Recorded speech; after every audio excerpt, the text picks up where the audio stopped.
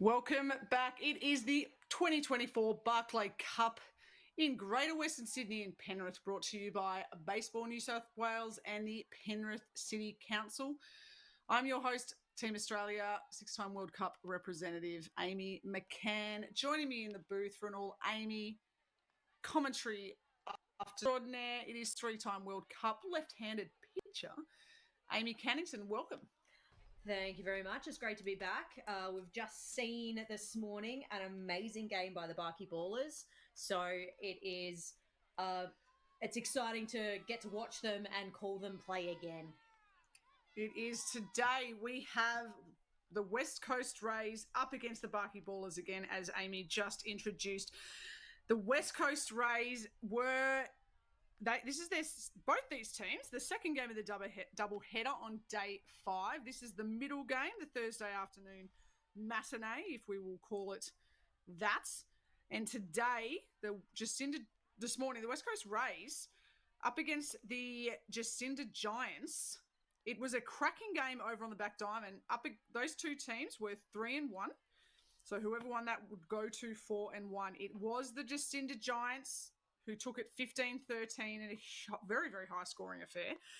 So the West Coast Rays now on the standings looking to come back against the Ballers. And as you said, Amy Cannington, the Ballers lost it in a walk-off to the Seahorses. Seahorses move on to 5-0. So care to make a call on what we're going to see in today's clash? Oh, look, not a clue. I'm just hoping that the Barclay Ballers take that amazing game that they've just played this morning and kind of carry on that momentum. I hope that defeat didn't, dampen their spirits too much and kind of, that momentum can carry into the next game in a double header in a positive way or in a negative way. So I hope that they're still getting around each other. We have no doubt that Coach Laura Needs and Peter Needs are keeping their spirits up. Because that was one hell of a game that they played this morning. As Sarah Scott walks in to take the first pitch of the game, that it will be a strike. As we said, the standings currently, South Australia 5-0. They have locked in. They are booked in. They still have one more to go as Sarah Scott drives this into centre field. And the centre fielder sits underneath it. That makes my heart smile. I'm a centre fielder at heart, and that was an amazing, fantastic catch out there from Downey to start the game out. Maggie Downey with a nice catch. This from Scott. We go to Watt. So South Australia has one more game against the New South Wales Jacinda Giants, who are 4-1. So we could have 2 5-1 teams as Watt puts that in front of the centre fielder Downey this time for a hit, and she will be the opening base runner of this game. The West Coast Rays are 3-2. The Barclay Ballers are 1-4. So it'd be interesting to see where a win for the West Coast Rays here locks them into semi-final spot. Still a bit to go today. This is the West Coast Rays only game. It's the last game for them of the round robin. That was a really nice hold there by Laura Cheevers on the hill for the Barclay Ballers. We have seen so many stolen bases this tournament, and so it's so important for the pitcher not only to throw great strikes, but also to control the running game a bit.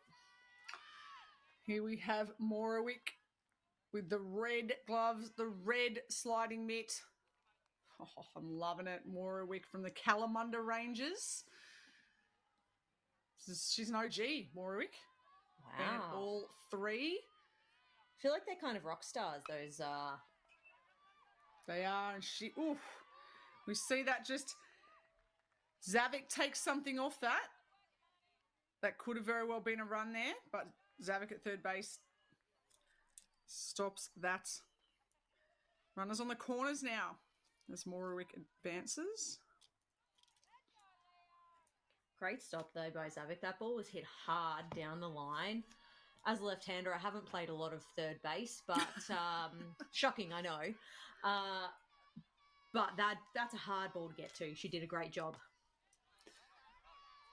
Aaliyah Old. She goes after. That's a great play by Zavik over there. She gets the out at first.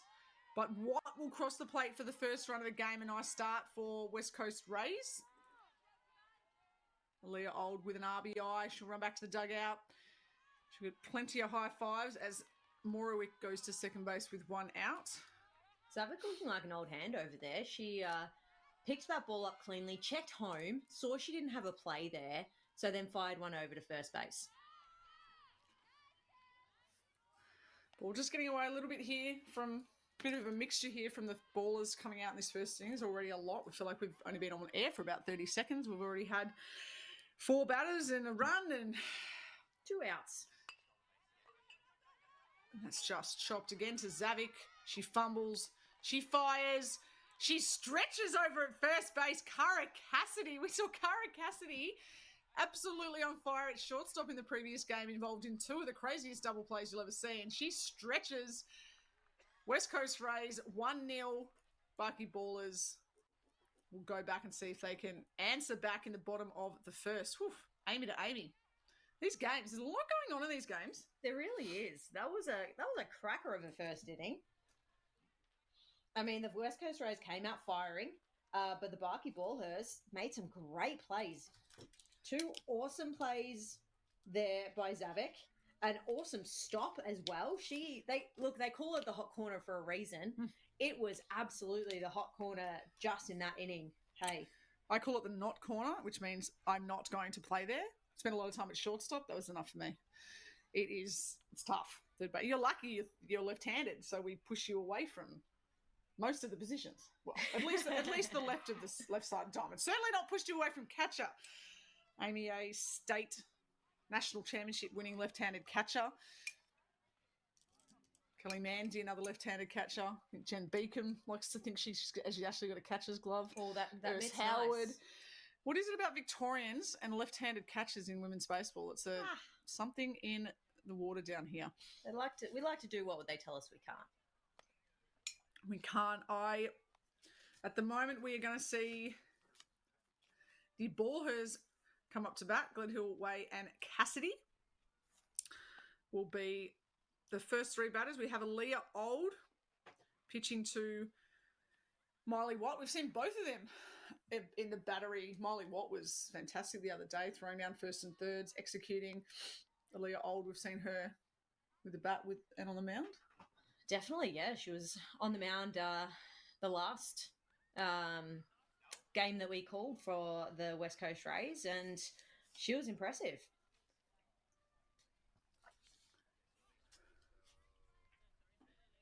Leah Old with a big 26 on her back.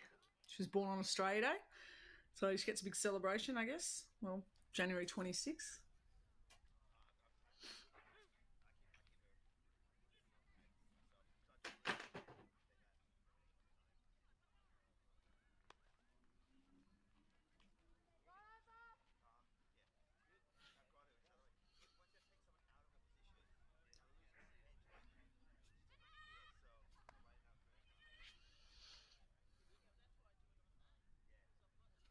Oh, look at that throw over of a single step for what? Might make it a bit harder for the Barclay Ballers to, nab some free bases in this game with a catcher such as Watt behind the dish. But it is very exciting to see runners thrown out at 2 sometimes. So great competition. As we start this inning, Glenhill goes after the first pitch. Fouls it off behind.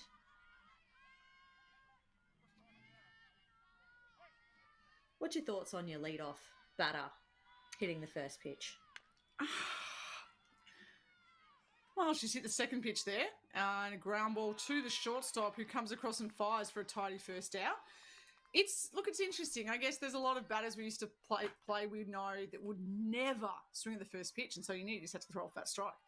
I guess at the end of the day, depending on where we're starting off the game, you're down by a run. It's just hard, but it could be the only shot you get chance you get. The only might be the best pitch of your 100%. So I think you need to be on you've got to be going up there aggressive every single pitch. Like if you're going to go after it, you're going to be violent. You're going to have to go after it 100%.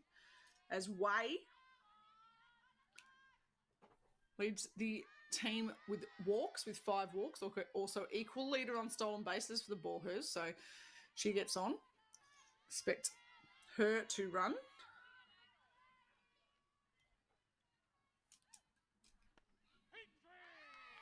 Oh, that was a beautiful pitch by Old there.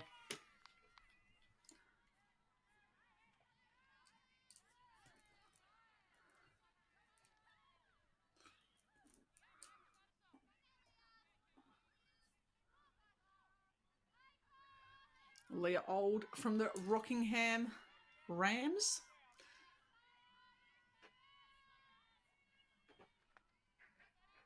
Her idol is Leah Cornish. Leah was absolutely superstar in WA's National Championship, winning 2023 Nationals down in Melbourne, also represented Australia at the 2023 World Cup. Good idol to have. Plenty of amazing baseballs to come out of WA. Absolutely. I mean, Jacinda Barclay, of course, the Barclay Cup, just one of the superstars, led Australia. I had the privilege of playing with Barks at that 2010 World Cup. And also on that team, we had just the great Christina Creppold, Nat Rawlings. As that ball is chopped to the left side of the diamond. And the speedy Cassidy. Up the line. This game is moving so fast. You can't keep up? Even I can't keep up. Cassidy, Gotcha. You've got me. Yes. Yeah. Thank you very much. Cassidy, who...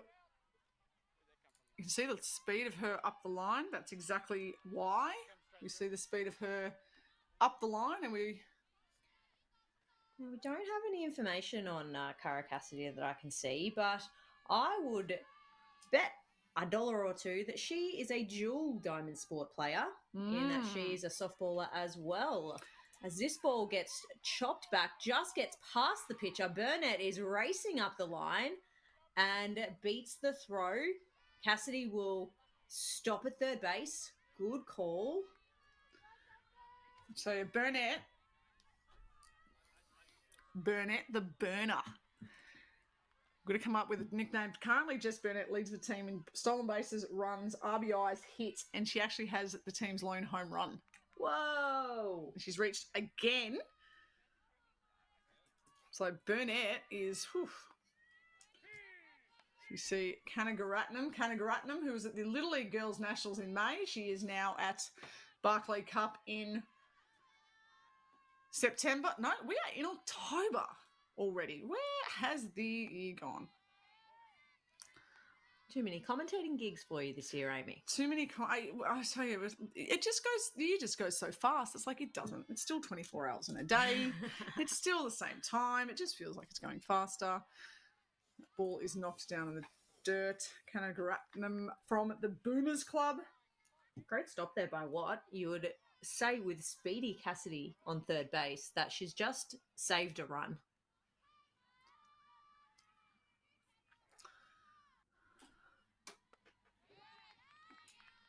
It's a nice swing there from Kanagaratnam. I would imagine is possibly the youngest. Skylar Coyle is only 3 days older than Kanagaratnam.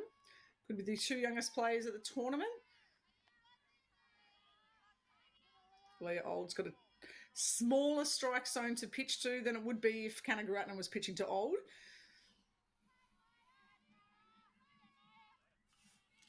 I had to think about that for a second. Yes, lots of words do come out of my mouth. You've got to try and stay up to date as Kanagaratnam looking to 2 runners in scoring position with 2 out. She could put a team up on the scorebook right here. Youngest in the team, put a team ahead.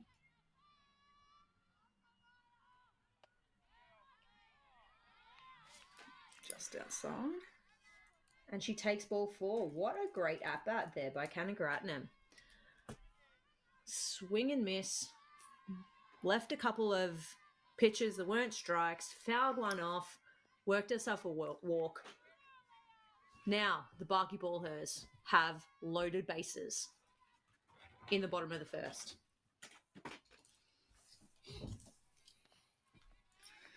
Leggett is up, and Leggett was on the hill for the vast majority of that game.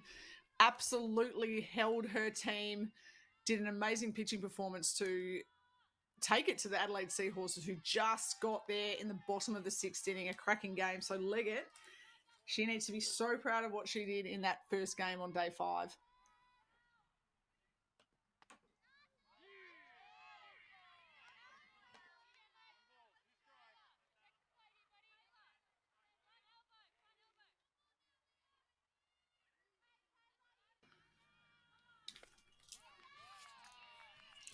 Big swing there by Leggett, looking to drive that ball a long way. Just misses. And she is walking back to the dugout at the end of the first for the Barky Ballhers. Well, just like the previous game, cracker between Seahorses and Ballhers. The Ballers return for a double header, but they trail 1-0 to the West Coast Rays as we head to the top of the second.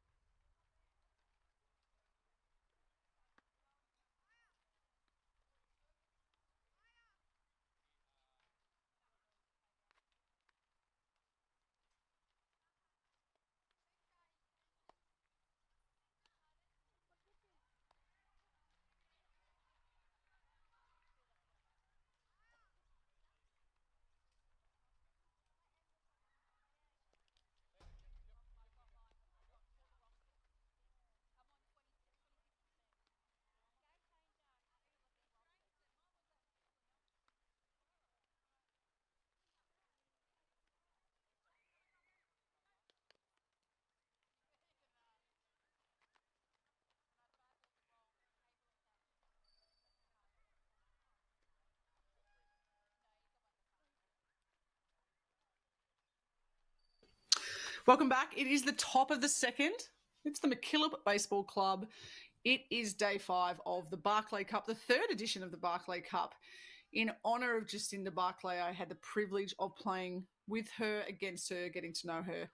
I'm Amy McCann. Alongside me is another Team Australia Emerald, Jacinda Barclay teammate, friend, or rival, I guess at times. We are very privileged to be in this commentary booth. As we can see, the inning is about to get underway. Call a huge shout out to all of the people involved in this event. All of the umpires we see in this game today. It is Reimer at the plate and Morrison,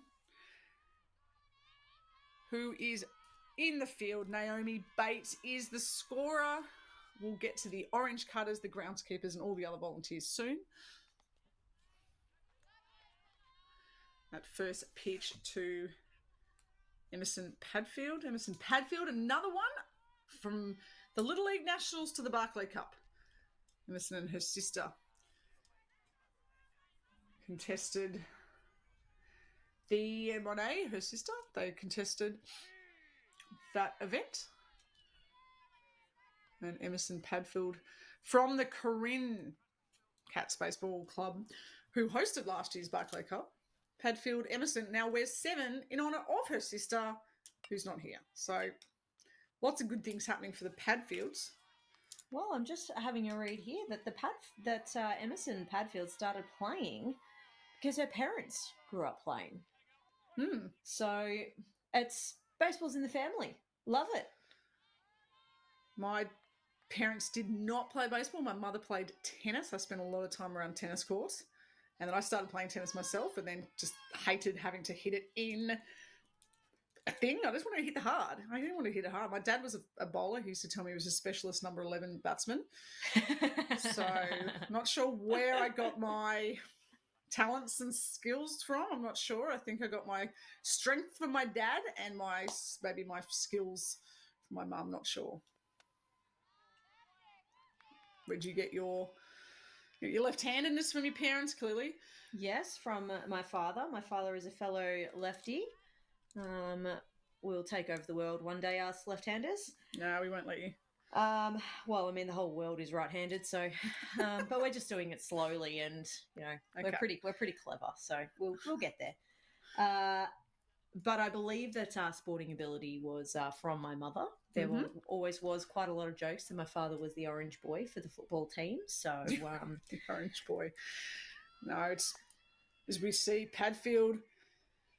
She will slide into second with a stolen base. A good effort there from Lewis Brown, but something brewing for the Rays here. It's just so great to see the amount of. There's a couple of sisters playing in this tournament. It is like you followed your sister into the Australian team, things like that. Like, it's just so good to see so many sisters and family and reading all these stories about how they got into the game and who their heroes are. And that's a nice piece from Finney over the leaping Gledhill at shortstop.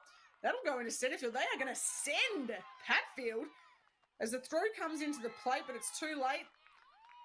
And Finney, she will advance to second base. That's some good base running, good cut-off, good throws to where they should be going. So I'm happy with that. I'm all right with that play. Look, just good baseball all round. Yeah, it was a lovely hit. Gledhill took a great leap to try and get that. I had to wait for a moment to check whether or not she'd actually taken the catch, because that was a ripper jump. But yeah, great throws in to home, and then good baseball. Love it. I tell you, I just have this feeling that I think there was a bit of nerves on that opening day, and I think we've played a lot of tournament baseball, Amy, and you know that sometimes the tournament can sometimes be over before either you switch on mentally. You know that if you're hitting early in the tournament, you sometimes go, oh, does that mean I'm going to be hitting late in the tournament? Who knows? But it looks like every team's just warmed up, and we know some of the teams are staying with each other. We know that there's Amanda Mirko, who is the EO legend of WA baseball. She's been telling us they're pretty much WA girls have been spending all their time in one room, which could you imagine the decibel level in that room. And that ball is popped up from Calabec. And Chivas says, I got it. And like we've seen so many times in this tournament, she caught that pop-up and straight away turned around and looked for that secondary play. Yeah, it's been great hearing the stories of different teams hanging out. The Daniel Bebere, head coach of the Dingoes, is saying both teams, and they're staying in the same places, little caravan parks, and they're getting to move around and meet and hang out with their teammates. As we see Fior grounds, she hits the ball over there to first base, and we are going to be calling time because I think that ball that went over to Cassidy has gone into foul territory, out of play. Finney will be instructed to, you can score. You can just stand up. That's all okay. We also heard from Amanda Mirko that the Northern Territory girls in Ericsson and Fior, who did just bat, but she only took one pitch, so I didn't get to say much, that they're fitting in really well and they're having a great time and melding really well with the rest of the WA girls. So really awesome to hear.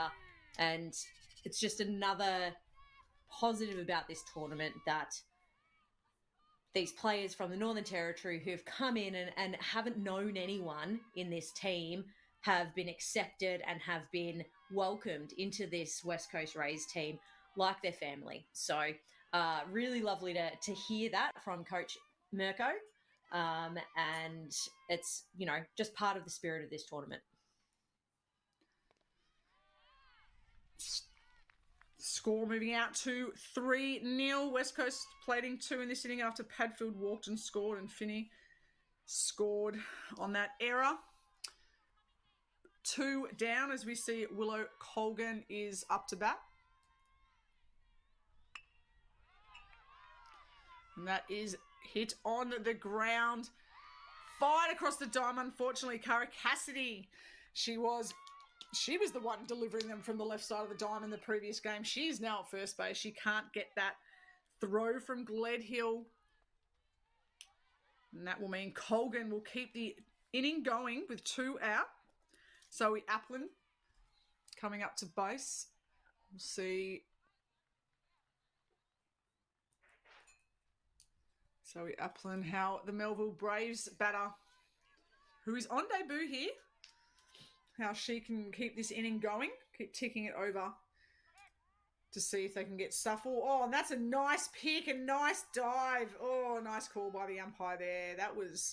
She got her leaning. She did. She was going the other way.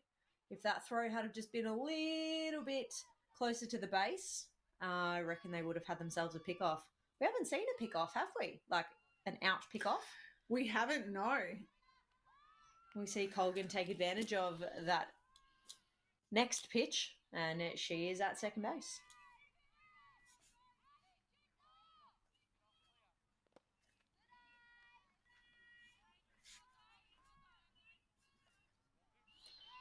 Good hustle by Lewis Brown behind the dish. No one just got away from her, but she kept her eyes up, making sure that Colgan didn't go anywhere.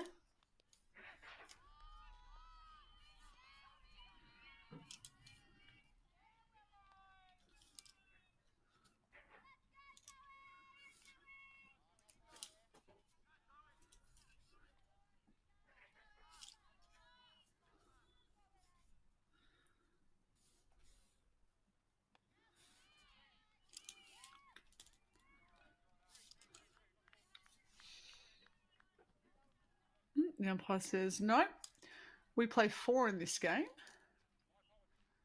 Very easy. Oh, and yes, we are playing 4 in this game, and it is indeed Applin. Maybe Applin has a career ahead of her later as an umpire. She can count to 4. It's very easy to... mathematician. Or a mathematician. She might be a physicist, might be astronomer. It's sometimes very hard. There's a lot going on. Fouls, plays in the field, pick-offs. It's very easy to lose count. Shout out to the umpires. They have a lot to do, as we do in this game. And that is a runners on the corners now for the West Coast Rays. Cynthia Suffle is now every West Coast Rays will have had an at bat. That throw is just short. Now runners on second and third, the important 2 runners in scoring position with 2 out. So probably Suffield just looking to get something, drive something to the outfield. Definitely is on the ground. Safe hit. Will be scoring 2 runs. She will swing and miss, and this could be another run for the West Coast Rays, and that is up, but just too high, Amy. Oh, as a catcher, if that ball was over the plate on the money, it probably would have been an out to end the inning. Yeah, it would have been. A great effort by Cheevers to get down there. The same for Lewis Brown. It's hard to turn around and find where that ball is straight away. She did that, and that throw was just a little bit too high. If she had thrown a strike to Cheevers, I do think that would have been the 3rd out of the inning. Good play by all. That is popped up to the shortstop. Sienna Gledhill, she just tossed that to the mound. The Bullhers, they are hustling off because it is the top of the second. We head to the ball in the 3rd. They are now down 4-0 to the West Coast Rays, keen to lock their spot into the semi-finals, the finals, which begin tomorrow. This is a 7-day, 6 days of competition. We had a rest day. We rested our voice. They rested their arms and their legs. They put their bats in the oven. They put their gloves, their arms in the oven too. And I hear a few teams travelled to Sydney. The Seattle Seahorses made a lot of noise on their carriage. Some passengers may or may have had to move carriages, but they went to Sydney. They went to Bondi. They went to Opera House. It's been a lot of fun. How much fun would have this been playing as a kid, this tournament, just like in honour of like some of the most amazing person in the world, like Barclay? It would have been so much fun, but, it's nice to see them doing something fun on their day off. We again heard from the West Coast Rays coach or EO, Amanda Mirko, that they actually went and played mini golf. No, how'd they go? Or apparently it's very lucky they're good at baseball. So we don't have any golfers on the West Coast Rays team, but luckily we've got some great baseball players. So they'll stick to what they're good at the moment. But a whole heap of fun was had. Some of those off days Remember at the World Cups, they'd announce the World Cup, you get selected, you have a look at the city we're going to. Back then, before the internet, so much easy ways to get things across in international shipping. We'd always look at where the World Cup was to see what shopping centres were nearby. We were very lucky to play in Edmonton. Oh, yes. The world's largest shopping mall at that point. With a theme park and water park inside. We would always take two suitcases, one inside the other, because you knew you were coming home with a whole suitcase full of like merch and new threads. So we see Moravik with the ball on the hill now. Moravik with the black pants, black socks. She's got them up. She's ready to go. Her team has a 4-0. Just need to double check. I believe that was a 4-0 3-run second inning. I've only got 2 runs.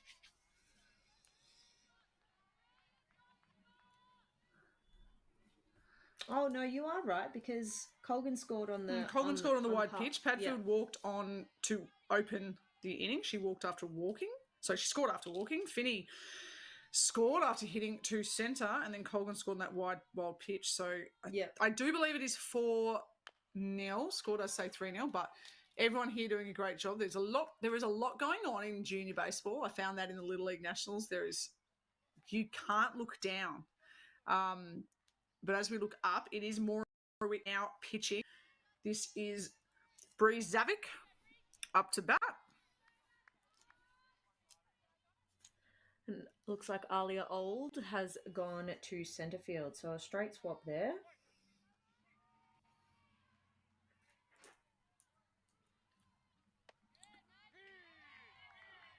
Ooh, women standing up there. The catcher still gets that call.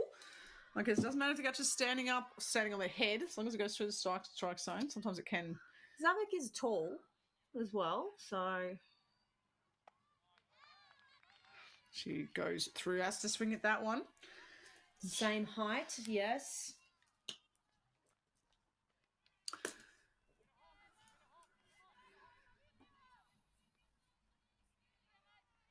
This will bring up Borkham Hills' Ava Macomb. I'm pretty sure that Ava Macomb, they won't want to get her on base. She is the equal leader of stolen bases on this team, equal with Way.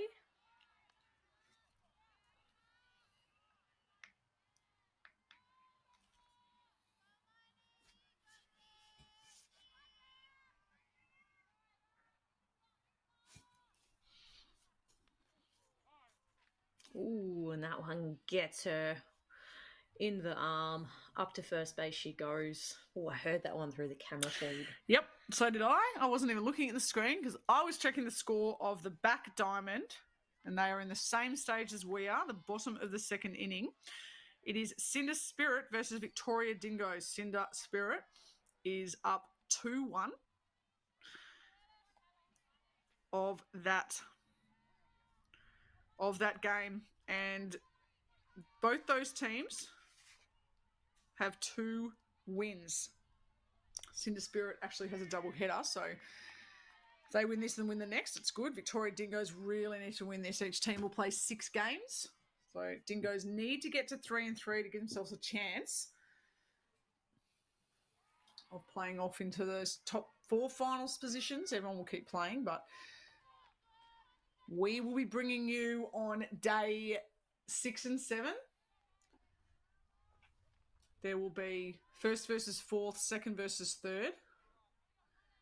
And then the winner of those 2 will play off in the final. So you want to try and finish in the top 4. The Seahorses, they've locked their spot in. The Jacinda Giants have locked their spot in. Who will be the other 2 teams?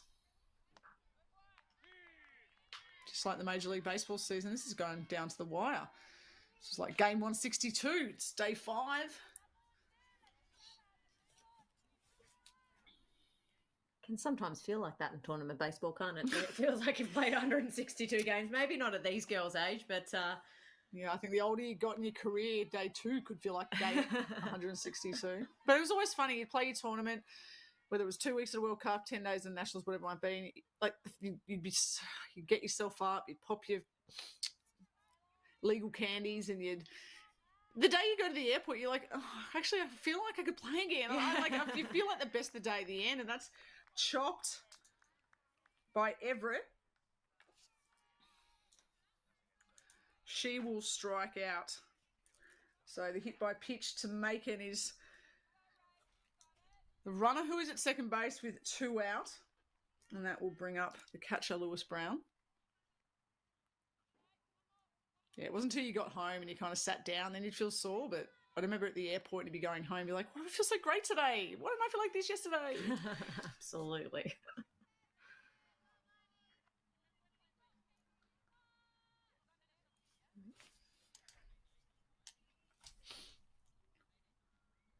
Oh, that's a nice little bat flick from Lewis Brown there. A little bit of a twist before she gets in.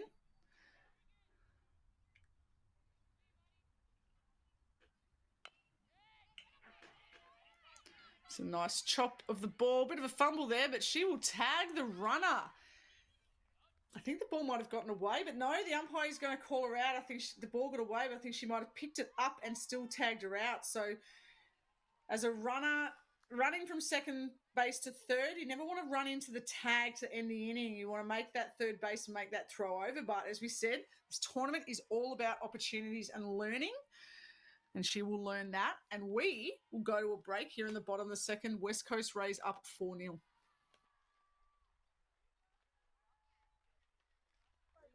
So my wife for coaching the Barclay Ballers at the Barclay Cup is I love baseball, first off. I love giving back to the next generation, want to see them develop and keep continuing to grow women's baseball.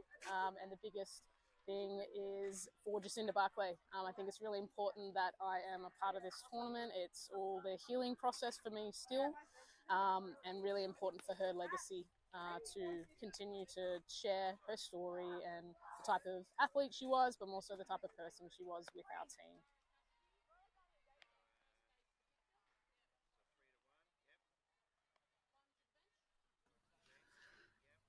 Powerful words from Laura Need, 6-time World Cup legend of Australian women's baseball and New South Wales baseball. She was great mates with Jacinda Barclay, and as she just articulated just the importance of this event for herself, for the girls that are playing this tournament, for the sport, for continuing that legacy of Jacinda Barclay.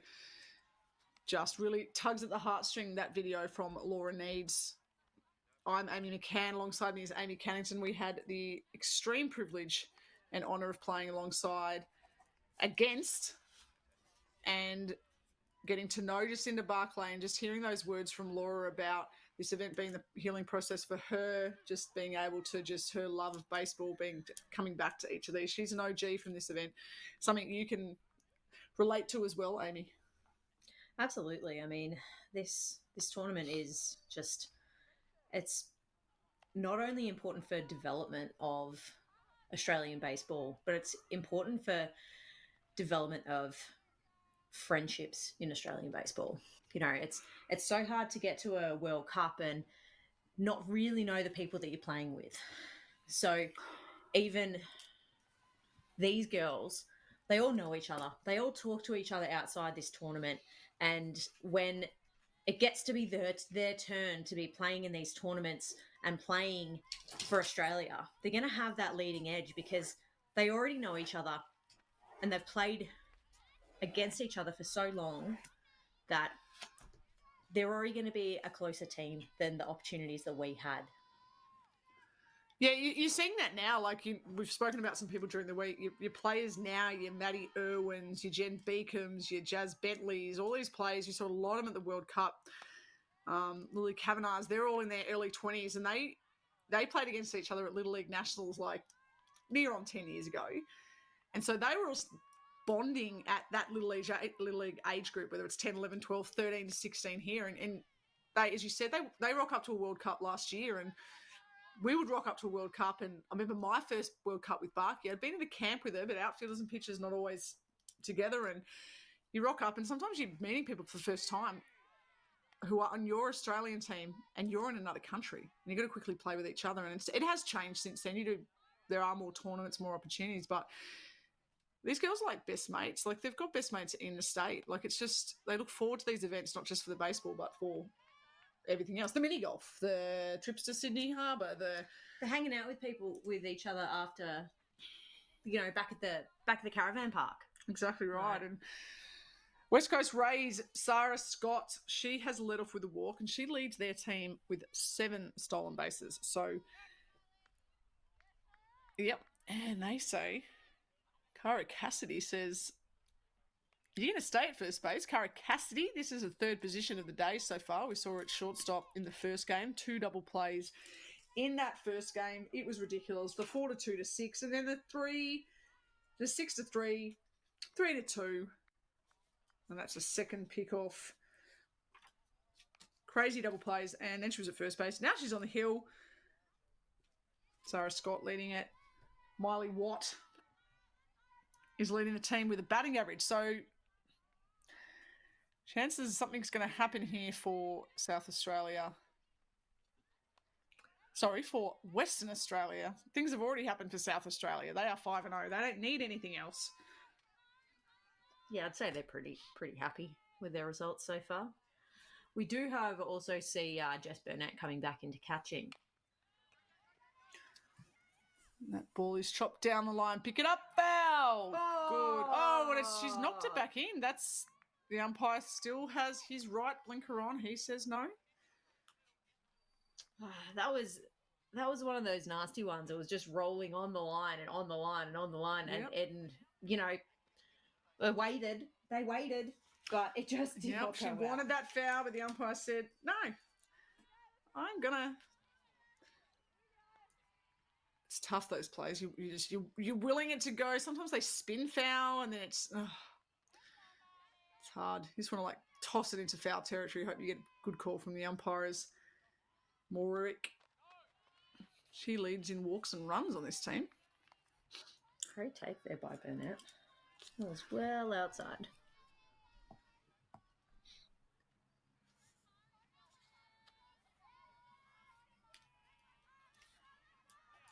We see a couple more defensive changes here for the Bullhers. We've got Coyle coming into 3rd base as well.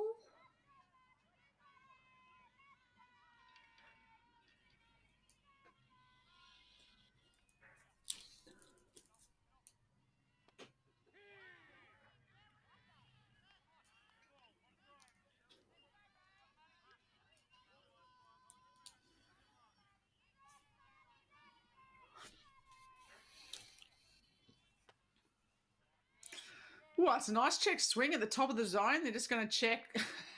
The umpire pointed to first base, but the other umpire is in the field. Oh, no, not over there. Where did he go? Where did he go? Oh, there he is. Great job by the umpires. It's tough work. I mean, as a player, every half inning you get to go sit down and rest in the shade. The umpires don't get that. They're out there the whole time. They're pulling double headers, triple headers daily. They are. But you know what? I always thought as a field umpire, you get to stand in the middle of the play. And quite often you're like there, particularly the shortstops. Blue, step to the right, step to the left. Doing your best to get out of the way. But no, they're doing great jobs there as Morwick takes a walk to load the bases, and there is none out. Barclay Ballers do have an opportunity to force out at any base here, but Aaliyah Old, who leads the team in RBIs, is not the person that you want coming up if you're a Bullhers fan. If you're a West Coast fan, you're loving this right now. This is quality.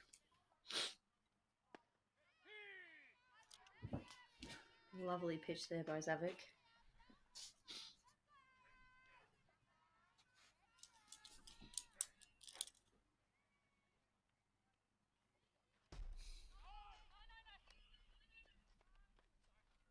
Ooh.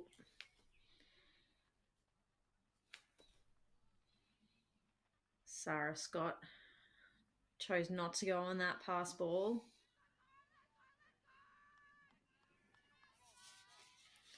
Cara Cassidy speedily in there to cover home plate.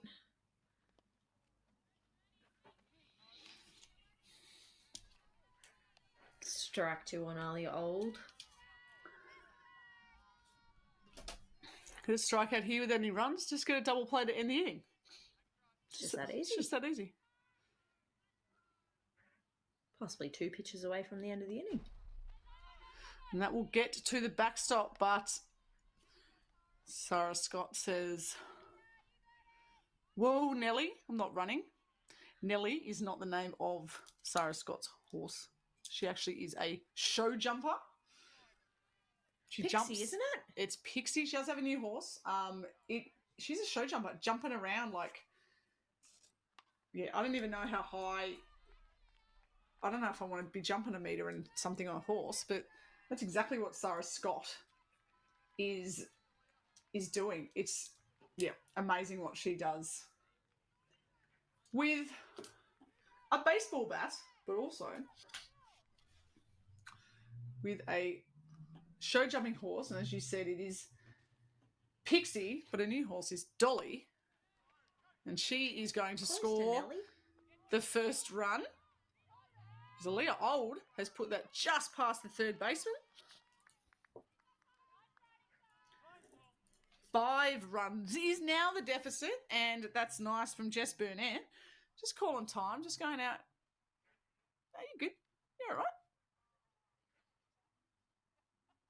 He's probably just saying, we know these West Coast Rays got 5 runs, but we've heard that they can't play mini golf very well. So maybe that's what she's talking about. Amanda Mirko just letting us know they hit up the mini golf field, but she's glad they're good baseballers because they're not. Hopefully there weren't balls flying. You know what it's like when kids at mini golf, there's balls flying everywhere. Not sure the intent is to actually put the balls in the cups. At least it wasn't mine when I was a kid. Well, you know when you hit it like up that slight incline and it just misses and then it rolls all the way back down to you? With every stroke you get angrier and angrier and your hits get harder and harder. And absolutely. And then the baseballer in you comes out and you just want to whack it. Like, yep. Playing mini golf and playing things like lawn bowls were not the things that I should be doing. Forte? No, I don't tapper. I basher. Sounds similar to my 2-year-old. Yeah,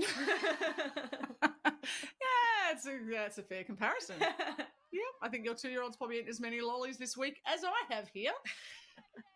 Just a quick shout out to Ali Bebre. We know who is tuning in. Sorry, Ali, the lollies that you purchased and provided the other day have gone. Yeah, I bring boring snacks. I bring edamame and blueberries. Yeah, I'm not impressed with your bringing to the table. Your dog is, though. Yeah, it's true. I tried to get my lunchbox earlier. It's true. It's lunchtime here in Melbourne. I'm looking to have some lunch, but we have a game underway. Enough about the food. Cara Cassidy throwing to Erickson. Now, Erickson. She's wearing the Rays top at this tournament. She is. She ain't from WA. She's not. She's from Alice Springs. She does strike out, but so good to see her and Hannah Fior and Chelsea Erickson coming to Sydney via Alice Springs to Perth. We don't know how many Ks. We don't know which route they've gone. It doesn't matter. They're in Penrith. We're at this tournament, and Amy Cannington, you have spent some time in Darwin, and they have a new league. They do. They do. It's very exciting to see the Darwin Women's Baseball League taking off this year. I know they've been working on it for a long time, and there are lots of very excited people up there.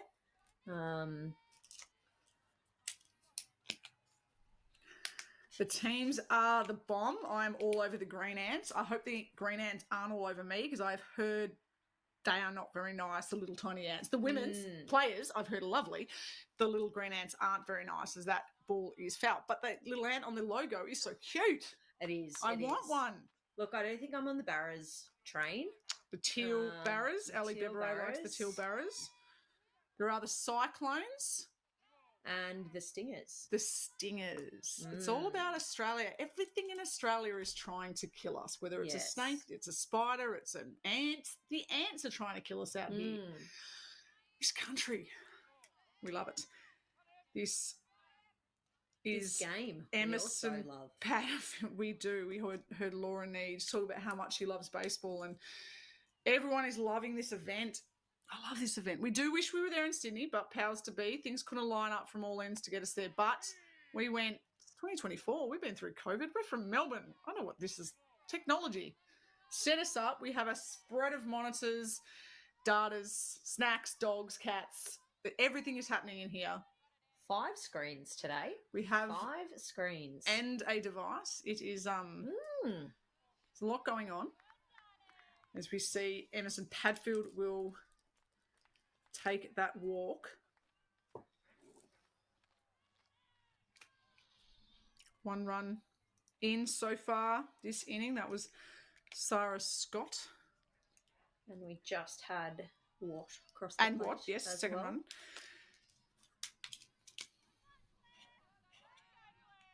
This is Finney, who had a nice shot in the first inning, which knocked in a run, knocked in Padfield. If she can do the same thing here, and she chops that back to the pitch. It's too hot to handle. We're going for 1 out at 2. We're going at 2 outs at first base. Double play from the Barclay Ballhurst. That was sensational. Gledhill to Way to Zavik. Retires the side with the bases loaded after the West Coast Rays scored 2 runs.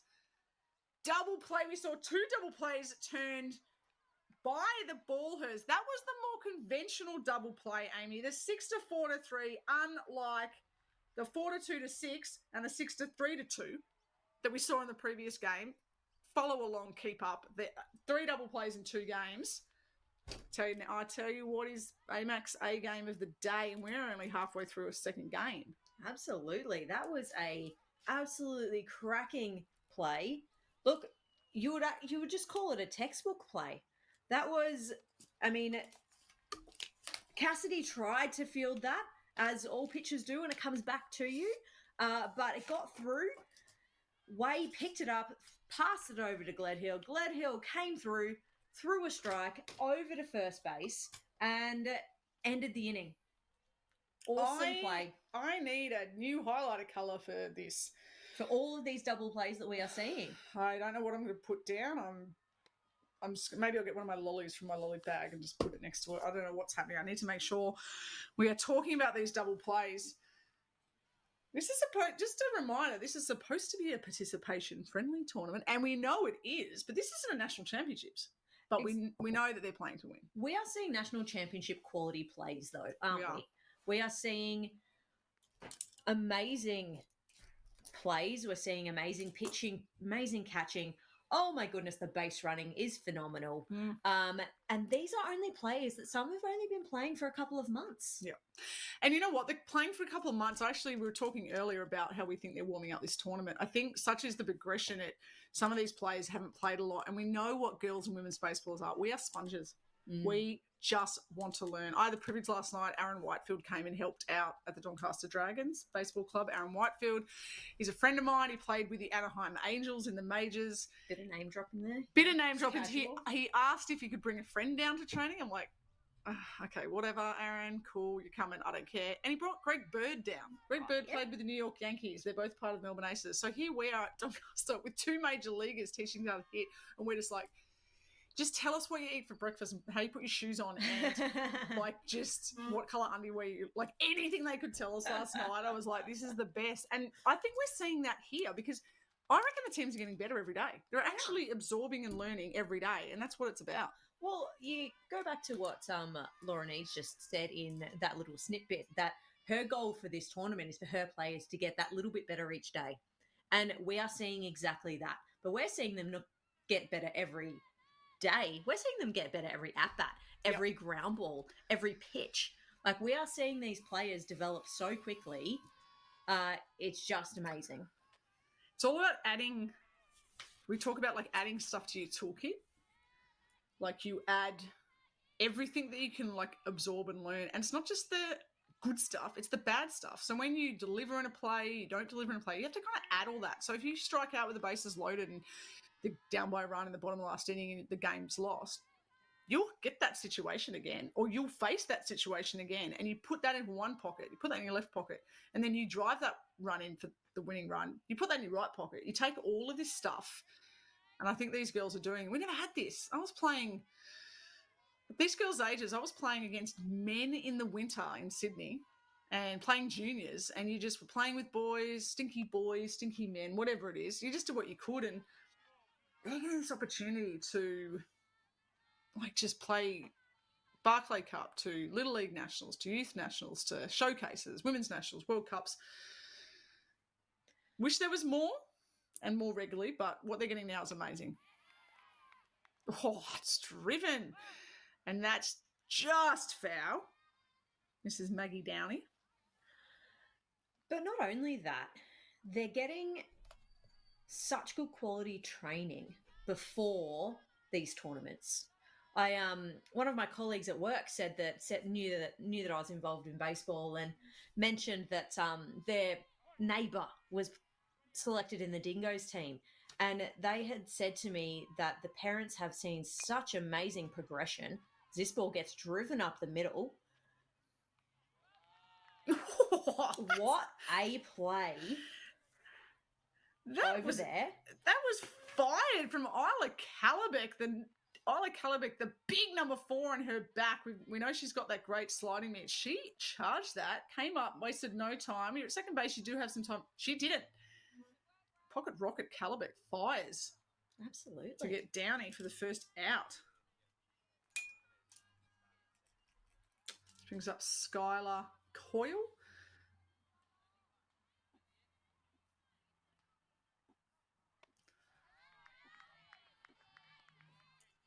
Nice swing there to start by Coyle.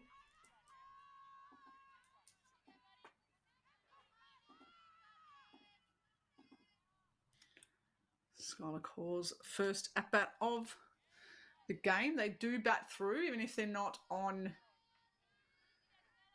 the field. They do bat through.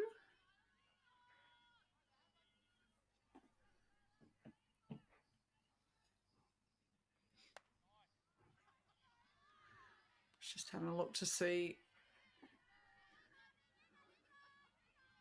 where Skylar Coyle ranks in who is the youngest on these teams. There's a lot of 12-year-olds. There's a lot of group of players that have come that we've seen at the Youth Nationals, at the Little League Nationals that have now stepped up. So the 12, I was watching League of Their Own at the movies, I think it was. Now they're in their League of Their Own here at the Barclay Cup. I get to call it, which is cool. Absolutely. It's still like we're in the movies a little bit here, seeing as we are calling this remotely. Watching it on the TV. Watching it on the screen. Shout out to Baseball New South Wales and the Stream Vision guys to be able to bring this all to you. Hope you're enjoying it. And that will be Coyle, who will go down looking to bring up Laura Cheevers. So we see time called. And that will be the end of this pitching performance by Morovic. Must have gotten to our pitch count. They're saying you've done an awesome job, but we need you tomorrow. We need you the next day. So let's make sure your arm is staying fresh. Let's look after you. And they are bringing on Sarah Scott.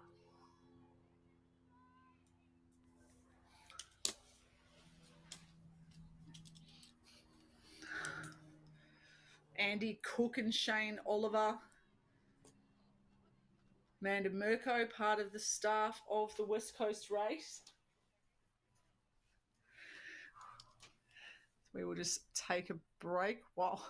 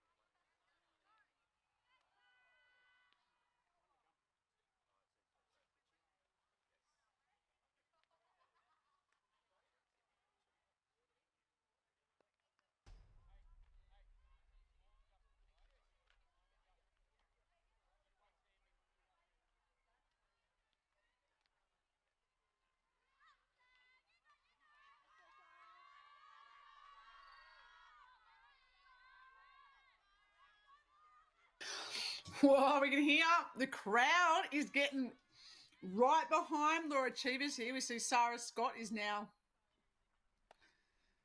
on the hill and the crowd is warming up. We are warming up.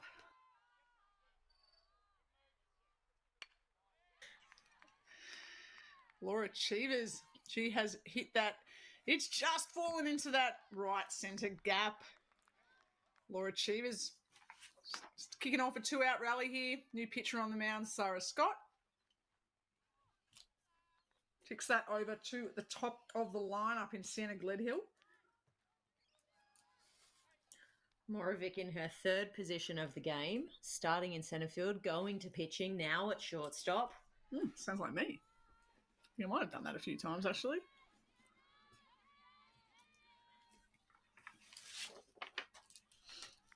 Doesn't sound like me, the third position. The first two, yes. It was normally me who came into centre field when you vacated the position. Nice backhand stop there by Marley Watt.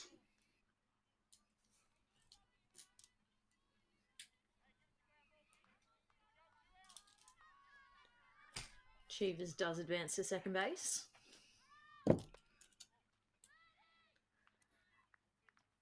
And then to third base. To third. It's sometimes you like halfway through the sentence, they're already at the next base. It is 70 foot. We have seen the base running of some. I think they might be used to running on 90, or they're just that speedy. They're going to slow down. I don't know if I have that problem anymore. No, I certainly don't. I mean, I would appreciate 70-foot base paths when I'm trying to steal a base, but not when I'm trying to throw people out. Oh, as Laura Cheevers has to duck out of the way of that rocket foul ball.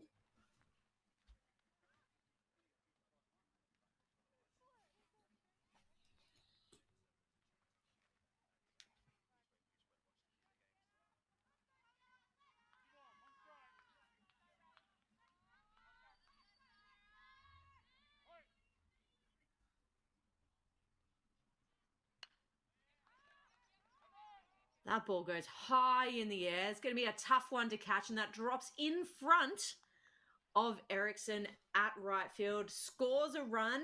RBI for Sienna Gledhill. Gets the Barclay ball hers on the tally. 2 outs. 6-1 to the West Coast Rays. That's some great base running from Laura Cheevers with 2 out. She has to get across the diamond. She did in just a couple of pitches and allows herself to get on. Literally a couple. Yeah. Get on, get across. And that single to right field. She will collect herself a nice little tidy RBI. Brings up Way. Team's nice pick-off. Nice slide too. Back of the bag. Hand out Way up to bat. She leads the team in stolen bases and walks.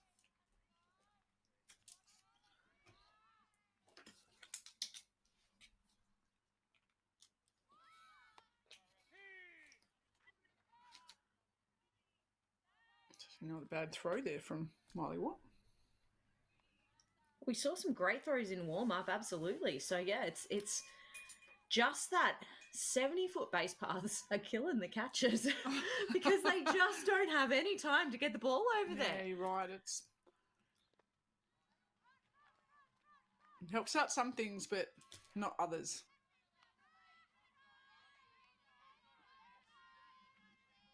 We talk about distances that change up and down the age groups, and some of the developing women's grades can pitch off shorter distances. But then if you have those bats that they have and are strong hitters, then it becomes unsafe. So there's a lot of complexities when we try to change and evolve the game to assist there. And no, they're just checking. We play 3 here as Way strikes out. 3 out. It's the end of the third. The Barclay Ballers, they are on the board. It's 6-1 to the West Coast Rays. So WA Rays, inconsistently wonderful. It's the best way to describe them at the moment. They just finished their doubleheader today on day 3 in the sunshine, and they're performing okay. They're learning lots, and they're achieving things that they didn't know they could do, which is amazing. We put them in situations and they learn, and that's really what we're here. That's all about Sydney spirit, and it's why why we keep coming back and participating in this. And they're a very, very young group. I think we've got about 4 that were part of the team last year. The rest of them are new, and they're enjoying it. They're bonding well. The special thing is we've got 2 young ladies from the Northern Territory that have jumped into the team. They're only 12, but they're giving it everything, and I think they're enjoying themselves, which is the most important thing. Wins and losses aren't really that important as much as it is how we move forward and how they go back home to their clubs and transfer that knowledge on and become better players and better people, which is what it's all about.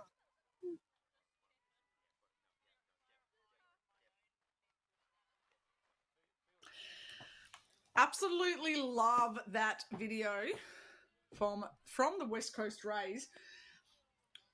I don't know where to start with it. About the wins don't matter and the learning and the having fun and the West Australians and the youth and the Cinder spirit. Like, I'm not sure. We're going to have to get him as the marketing man. He's going to be going around PRing this event because that was amazing. Like, everything he said just sums it up so fantastically. And Amy, the two players, Chelsea Erickson, Hannah Fiore from Alice Springs, close enough to your heart as a baseballer, but also you spent some time in Darwin. So it's WA team. It's easy to like this team. It's easy to like them all, but it's easy to like this team, isn't it? Absolutely. I mean, saying earlier in the game, it's not easy to be, one of those pickup players who are from somewhere else, and you go into a team that's already known each other, they've already played and trained together for so long, and you just have to kind of get in there and try to fit in and try to find your place. And it sounds like the West Coast Rays have just embraced the 2 Territorians in there, and they're just part of the crew. So awesome to hear, part of the spirit of this tournament. So we see Isla Calabeck. Ooh, Isla Calabeck with the pop of the teal. Now you're all over the teal boroughs from the Darwin Women's Baseball League. Pop of teal. She's chosen that accent colour to be the pop colour, the colour of her sliding mitts. I don't use a sliding mitt. Do you use a sliding mitt? No, I don't go fast enough to need a sliding mitt, I don't think. Yeah, they're not putting the steals on us anymore. No, only the ones that get past. That's true. I think I actually stopped myself at third base last summer season. Going, nah, I'm good, I'll stay here. Yes, whenever I'm on second base or first and I come running into third and I see the third base coach still winding me to third, I might let out a few choice words if I could. If you're not puffing too hard. Oh, for me, it's not the endurance aspect. It's not the endurance, the puffing part that gets me. It's just your legs going. My knees are gone. Everyone's like, do you want the gas chamber? I'm like, no, I want a knee replacement, thanks. But I don't think Isla Calabeck would have that problem. She is looking to open up the 4th for the West Coast Rays. They're up 6-1. So is that Geordie Richardson conducting some business there? Or is it Amy Saliba? Oh, that looks very much like a Geordie Richardson to me. Look like a Richardson. She's just... They do have similar hairstyles, though. It's the all white, the glasses, the hat. You can never have any chance, but you can't not pick Lulu when she walks out. Absolutely. The distinctive Laura Needs. You and I know that walk from plenty of World Cups we played with Laura Needs. And the distinctive hairstyle. But the hair under the cap. Yes. Always had to... I always thought she would always have to make sure she sunscreens on the back of her neck. Not that you don't, but if you do have a ponytail, like you see a lot of the players now, like over in the USA, who will play with their hair out. Kelsey Whitmore? She was one of the first, wasn't she? Yes, yeah. And look, there was some of the early 2000s. I remember one of the first players, and I'll have to come up with her name. Her name is actually in one of the many women's baseball books. But back it was like 2006, 2008, and they were like, she was in centre field and her hair was just flowing, and I'm like, God, that would annoy me. Like the sweat, the hair, the in the eyes. But I tell you what, Kelsey Whitmore with her hair out, she's getting it done. Kelsey Whitmore. Is. So I think I might wear my hair out this year if I can play like Kelsey Whitmore. But we have a new pitcher up to bat. Up to bat. A new pitcher. You know what? Good one. Hannah Fiore's up to bat, and Hannah Fiore might be batting. So, no, we have a pitching change here. It is the Barky Ballhers. And Ella Everett is on the hill. She is. So, they'll be looking inside the second hour of this game. So, top of the fourth. They are 2-hour games on the knocker. 7 innings. We went to 6 in the previous game. But then we saw that 2-hour time limit come in, and there was a decision in the game. So the umpire called the game as finished. So while we have a break here and we see all the players gather round, only a couple of kneelings there. We've seen usually it's the kneelings. All the outfielders are coming to the infield. It's an infielder, I'd be telling them to get out to their house. Stay out of our house. No, it's good to see them all hanging around. But we are going to go end of the fourth is where the game on Diamond 2 is up to, and it is the Cinder Spirit up against the Victoria Dingoes. The Cinder Spirit have a 3-1 lead. It is kind of not a winner takes all there, but both of those teams really need a win because the Cinder Spirit and Victoria Dingoes both have 2 wins. Now, this is the last game of the round robin for the Barclay Dingoes, named Victoria Dingoes, named after Barclay Dingo. Amy, how did that nickname come about? Why was she called Barclay Dingo? She was called Barky Dingo because Dingo stole her baseball glove. Dingo stole my baseball glove. That is just the most Australian, the most Jacinda Barclay thing. We aren't sure if she got the glove back, but it is the best story ever. And they are the Barclay Dingoes, the Victoria Dingoes. They need to win it. That's their last game. Cinder Spirit actually have a double header today. So they are up against the Dingoes on the back diamond, but we are back live on the main diamond. This is the 3-2 West Coast Rays up against the 1-4 Barclay Ballhers. That's a nice pitch and a nice hack. From Everett on the mound. It is 6-1. This is Hannah Fiore, one of 2 Alice Springs players going across and around and down the nullarbor to get wherever they need to play baseball. And she hacks at this one. And this is it's not in a gap because they have got a player there. Laura Cheever says, nope. She steals that ball, and that is a sensational catch by Centerfield. Laura Running catch. Cheever's ran a country mile to get to that. She did. Shading over for the pull. She's probably run about a good 40 feet to catch that. The outfielding here they've been peppered, so it's been great hitting, great outfielding. Kalabic.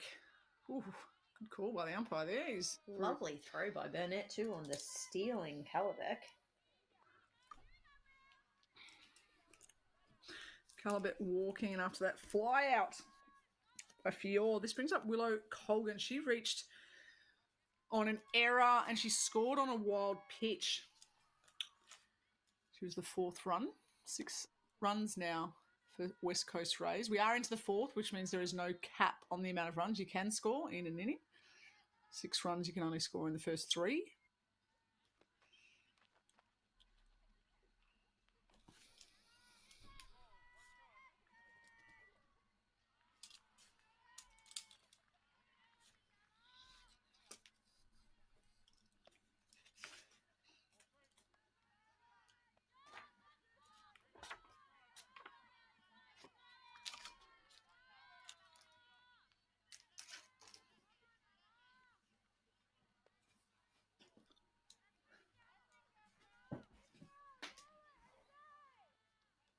And we see Colgan take that base on ball 4. That will give the Rays runners on first and second. Zoe Upland.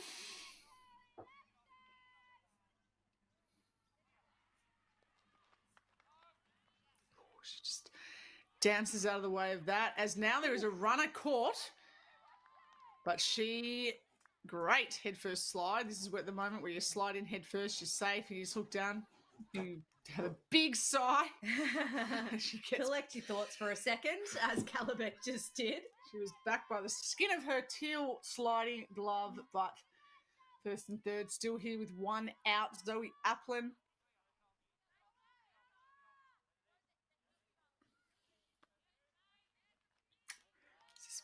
We talk about 2010. Jacinda Barclay was the hero, in my opinion, of that 2010 World Cup team. And Zoe Applin wears 10 because she was born in 2010. Thanks, Zoe, for making me feel old. I was into my 4th World Cup and she was born. That's good. That's great. Thanks. But just think of how much hard work has been done between then and now so that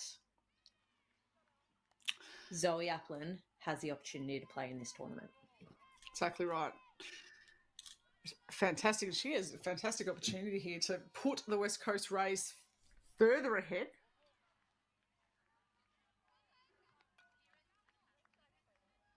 And Zoe, who dented a baseball bat because she hit a ball so hard, doesn't get to do it again on that at bat because she will walk.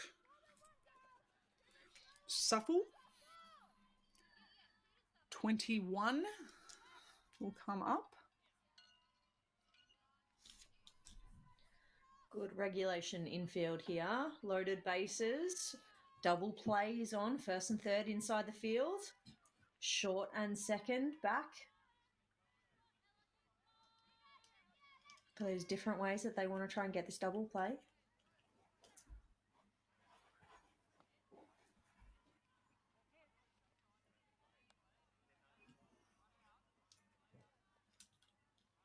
We see pretty Zavik showing maturity well beyond her 14 years. Just coming over to say, we're hitting up the mini golf later.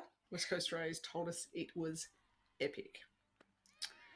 Now, I think she said something else rather than that, but she could have said that. Sometimes it could be the best thing. You just walk out and just tell the worst joke in the world, which is what Ali Beberay probably would do with her bad jokes. Maybe we'll get her to tell some tomorrow when she's back in the booth. Ooh, might lose some listeners. I don't know. No, they're good dad jokes. She's the queen of a dad joke, is Ali Beberay.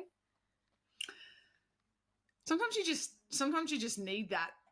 Sometimes going out, like telling them to pull down or hit the zone or some kind of that doesn't work. And that's the big part of being a coach. And Greg Bird, I'll name drop again, Greg Bird last night was saying about being a coach, it's not just about the technical side. There is so much more to baseball. It's such a mental game. It is all about confidence. And it's actually about the best coaches know how and when and what to say rather than, I guess, focusing on mechanics. So she could have been talking about mini golf. And it's also when not to say something, I think, is a big thing in coaching. It's, those times when you do just need to kind of let the players work it out for themselves, or you ask them why you think something happened. And, that's how some players learn best, when they actually problem solve it themselves. So, sometimes when I'm working with a pitcher in the bullpen, instead of letting them know that, the ball ended up high and outside because they've opened their front shoulder too early, I say, well, why do you think the ball ended up there instead of over there? And make them reassess where their body was and what they felt, because that's how they're going to improve it. And it's really interesting you say that, because the way that baseball coaching, the way that everything, the techniques, the skills, all that, it really does shift. And the way, that exact thing about, it's not about telling someone how to hit or swing or pitch anymore. It is about actually getting them to discover it themselves. And I actually love that as a coach. And I absolutely love seeing someone drive a ball to the outfield like we see just there. Absolutely fantastic from Suffle. She has put that ball, back to the top. It is Sarah Scott. She's getting up by 5 from the first base coach there. She will load the bases. after 3 straight walks. Sarah Scott with the ball into the outfield. Isla Calabeck is already in the 7th run. Laura Needs. Willow Colgan is in for the 8th run. It's a 7-run lead. We're going to have a pitching change. And while the New South Wales Barclay Ballhurst pitcher is warming up, we might just take a little bit of a break. We'll have a drink, catch our thoughts, get up to speed on our scorebook.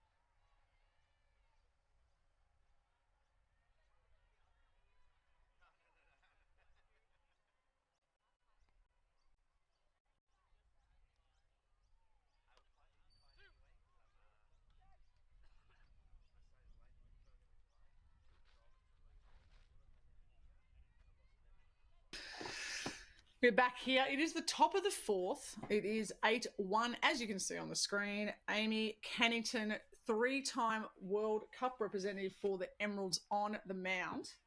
We have a new pitcher. We sure do. We can see that Ava Macon has come in to replace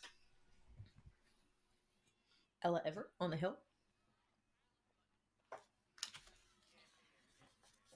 Everett didn't have her best outing, but I hope that she had fun.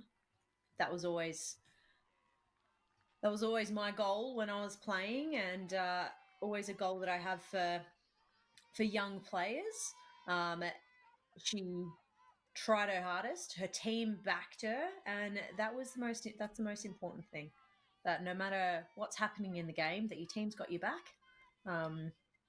And now it's Ava Macon's turn. It's Miley Watt's turn, as that ball will go to the backstop, but no runners will advance. Miley Watt leads the team with a 400 batting average, so bases loaded with 1 out. It's a good person to have up if you're a West Coast Rays fan, friend, supporter.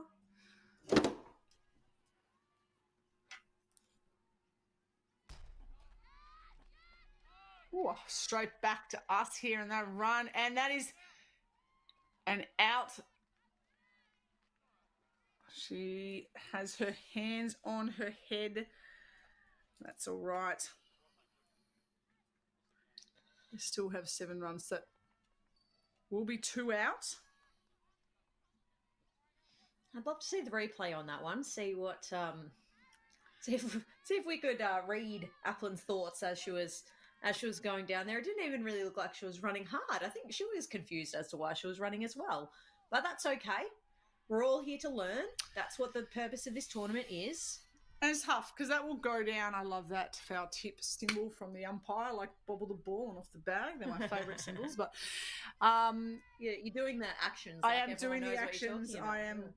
Yes, everyone can see me. It's hard. She goes down as a caught stealing, but the ball come ricocheting off the backstop. can like hit, come back, provide it really nicely to the catcher, and as it did, because she was able just to come back and take the runner. So absolutely, we saw that the other day, and we actually heard the ball come off the pole. So the ball came off the pole and just went straight back to the catcher, and the catcher said, "Thank you very much," and you're out. So it is so hard when you're a base runner at third base, that split-second decision that you have to make as to whether or not you're going to be safe and score, or whether you need to stop and not go.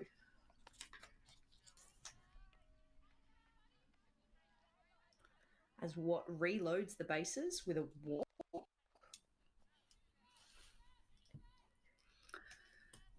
Brings up Morwick, who has reached on error and reached on a walk. So she is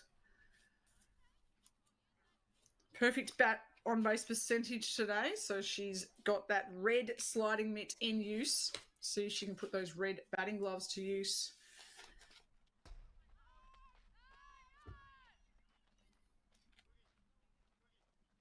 Love seeing the personality of players coming out now in colours. We see Major League Baseball, they loosened the rules they used to have in regards to how much colour and things you could do with your cleats, and it's become a big, I was just reading an article this morning about how it's just become a brand. It was about Bryce Harper, and just every day wears a different colour, from the elbow guard to the leg guard to the all those types of things. And his bag must be heavy when he travels. You get paid as much as you do as Bryce Harper does. You do as Bryce Harper does. And it's just cool. You see, like, the stuff they wear in the games, like, it's just amazing. And I see Calabeck's got that pop with the blue of her sliding mitt, and she went for the teal, but we see that Morwick has gone for the red and the red, which is just like immediately like stand out. So it's just, I love it.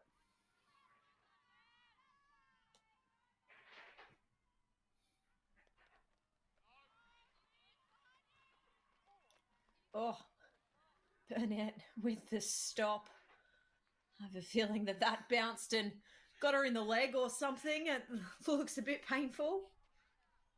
Shout out to all the catchers out there. I don't know how or why you do it, but we're glad you do. All the people that love throwing us batting and throwing us blocking practice, just to see how many bruises they can inflict.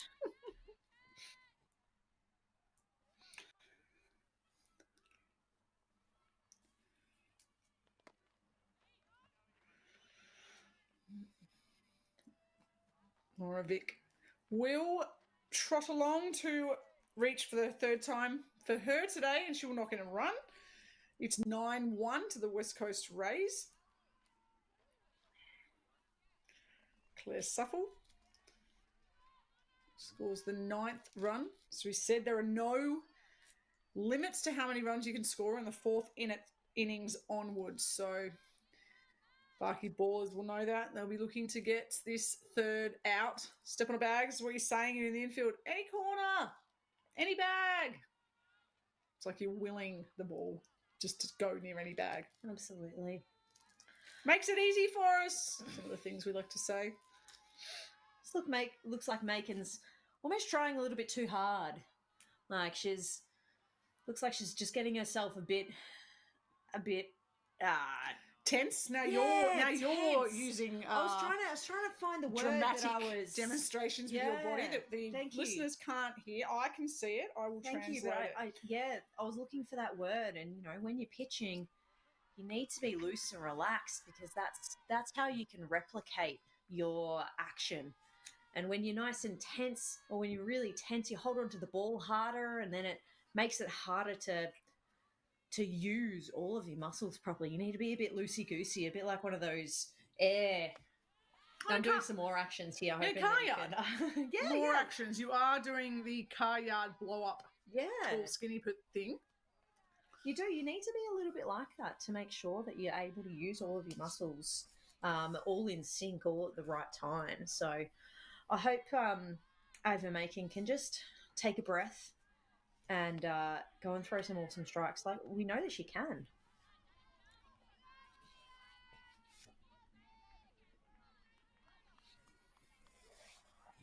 Who you got in the uniform stakes today?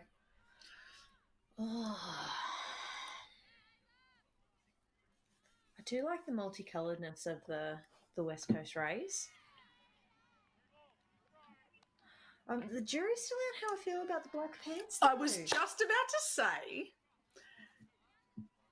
surely now people are coming on board with Black Pants when they are up against a grey pant. They're the better.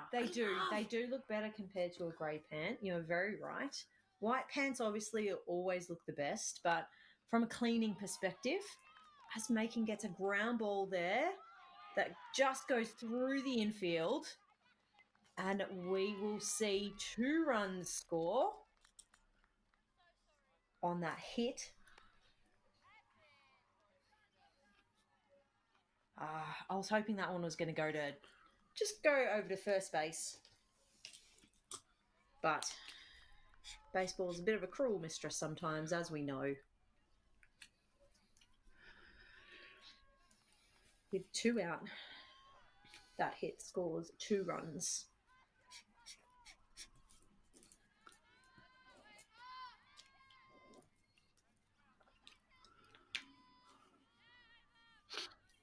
I love saying, what and Scott scored.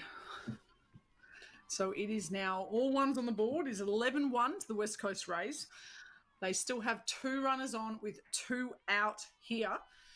In the top of the 4th, we've seen 5 runs cross the plate. The West Coast Rays have scored in every inning. Crooked numbers in the 2nd, 3rd, and 4th.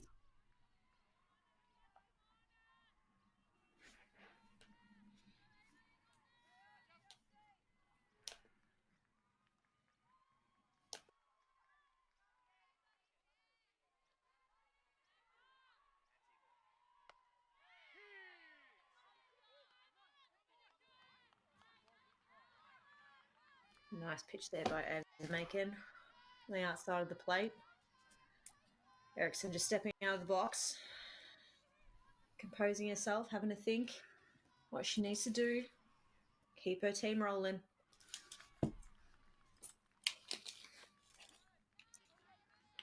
She leaves that one up.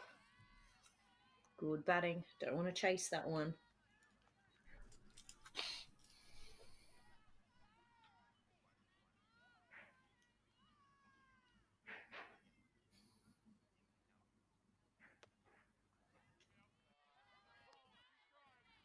Works herself to a full count here.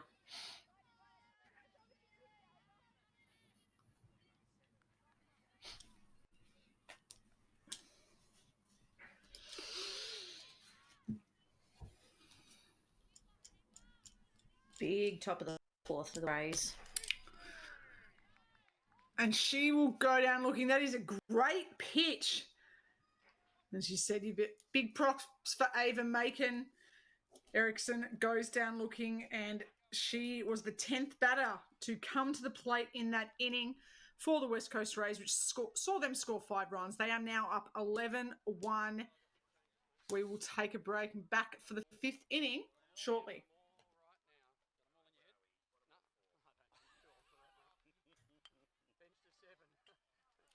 And she just chases that outside pitch. She hits it across to Cassidy. Cassidy comes up and fires. And that is great bait. Brilliant throw. 8-3. Brilliant baseball from Zabi to Burnett for the out. And Lillian Sterry slides in. Burnett lays the tag and she's out in the first hit. And then 9 to bench, bench to 9, Apple.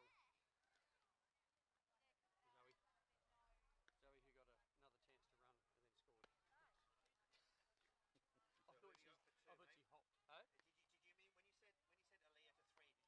Did you mean 2? Yes. No, first base. Who's 2? Who's catching? Miley. Okay, because you said 2 to Sorry, bench. 3. You Sorry. meant 3 to No, bench. 8-3. 8-3 and. So you take Claire off? Sorry. You taking Claire off? Yes. And she just chases that outside pitch. She hits it across to Cassidy. Cassidy comes up and fires.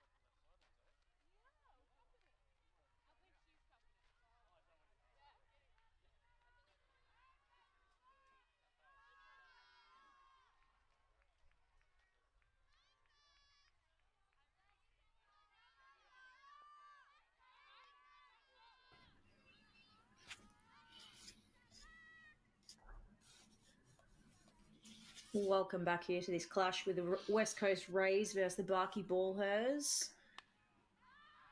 Oh, what a shot! Oh, that's a fantastic catch out in left field by Cynthia Suffle. Cara Cassidy lead off for the Ballers after the Rays added 5 in the top of the fourth to go up 11-1. Cara Cassidy leading off, and she chases that first pitch. Great piece of hitting, sensational piece of fielding. Woo. Jess Burnett leading the team in stolen bases, runs, RBIs, home runs, pink helmets, everything.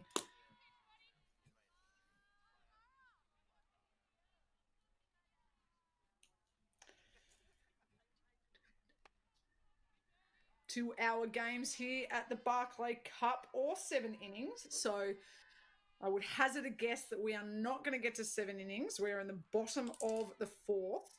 So the Barkly Ballhers, I would say, are going to need to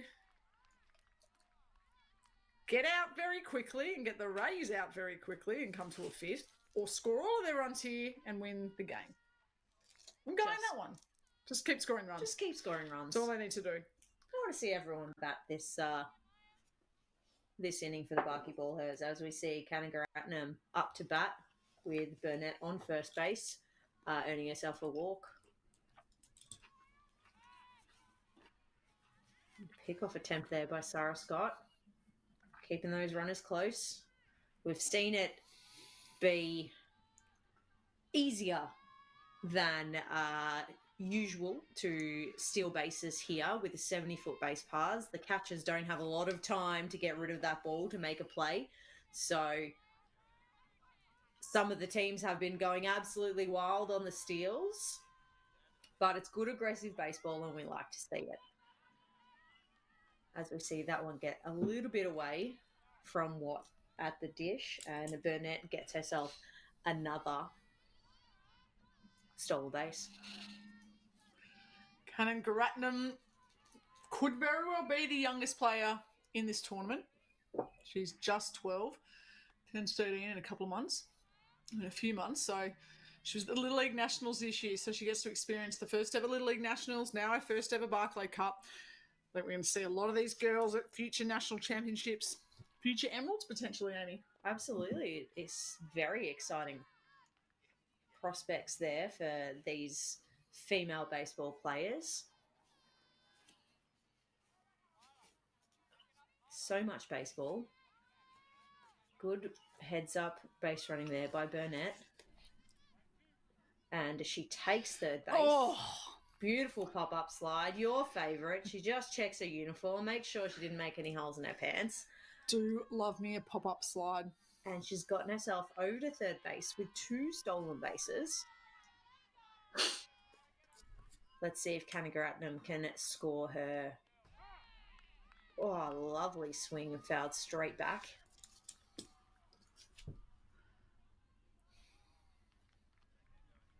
Kanagaratnam walked in the first inning of this game. That's been her only plate appearance so far this game. So she's coming up for her second.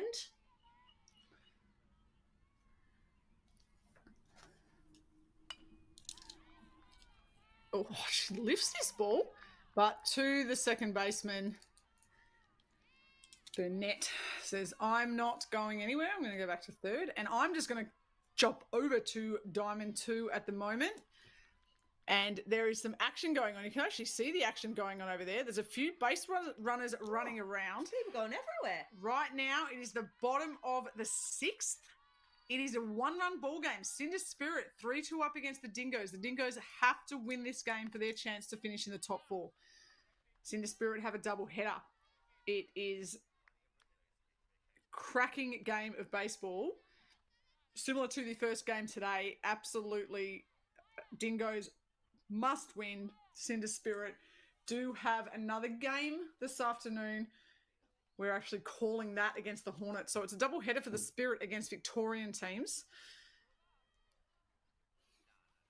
Cinder Spirit have just played at a run. They've gone up 4-2. So we get back to this event. Back to this team, I should say.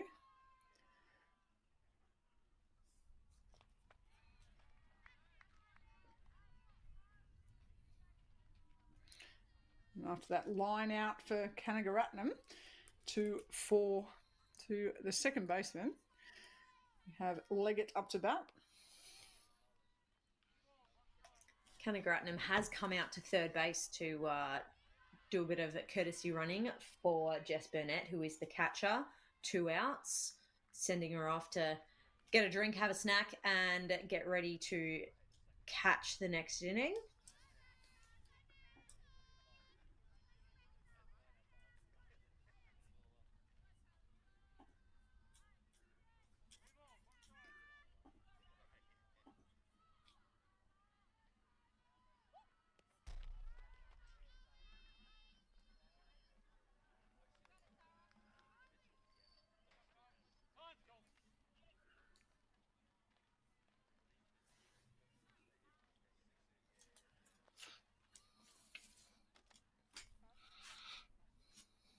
So we see time called by the Western Australian coach coming out and having a chat to Scott.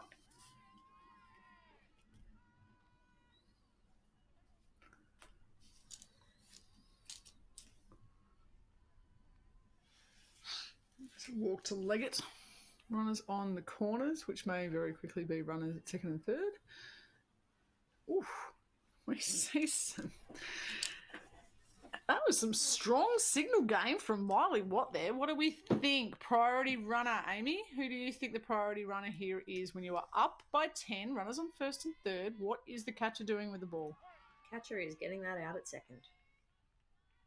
It does not matter if that run scores, if that play doesn't go to plan, but they're just trying to get the third out of this inning. Strong calling game from the umpire too. You know, I think that's kind of what the WA coach probably came out to talk to Sarah Scott about, sort of saying, hey, we're up. Don't try to do too much with it. Let them hit the ball and let our field help you out.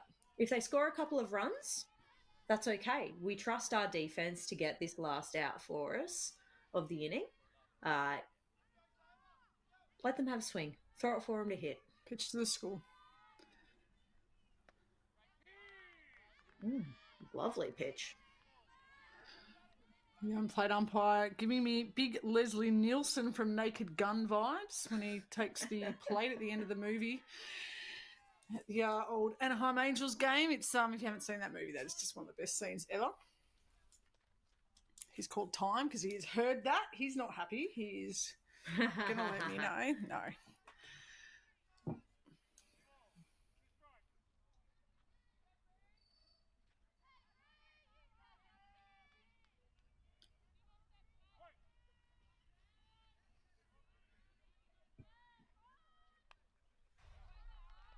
Nice hack. Way to protect the plate from Bree Zavik.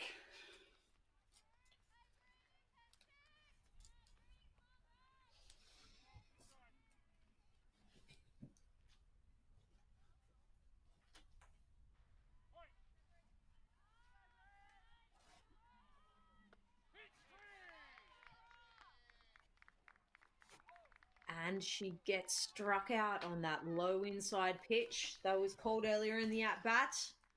And that will be the end of the inning for the Barclay Ballhers. We'll take a break and be back for the fifth in a moment.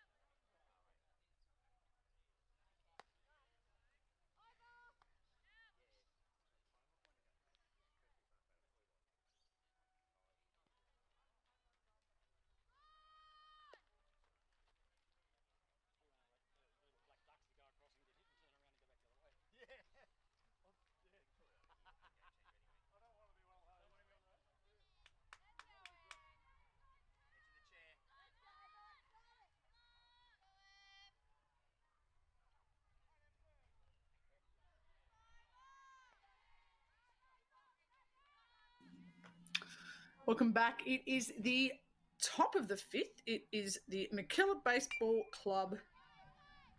And that is a hack to open the fifth inning.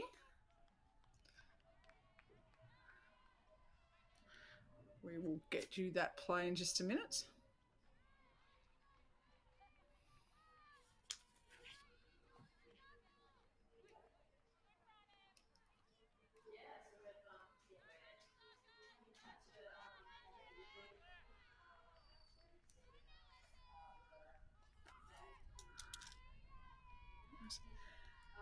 Claire Finney up to bat after Emerson Padfield grounded out to first baseman Bree Zavik. Claire Finney put out by the 6-4-3 double play turned by the Barclay Ballhers. That's the third double play turned.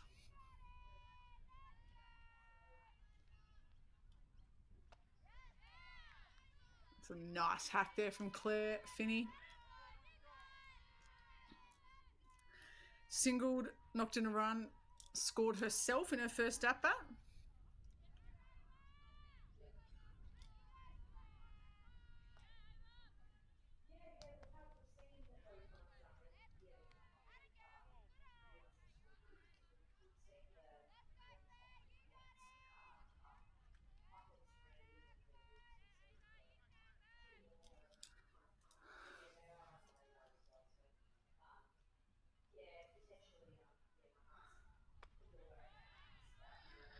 That is a second swing and a miss. I love 11 runs up, Claire Finney. Be aggressive. You can see maybe her body language. She's a bit disappointed, but 11 runs up.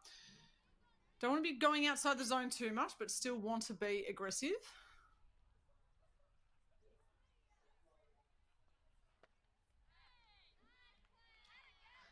He takes the ball.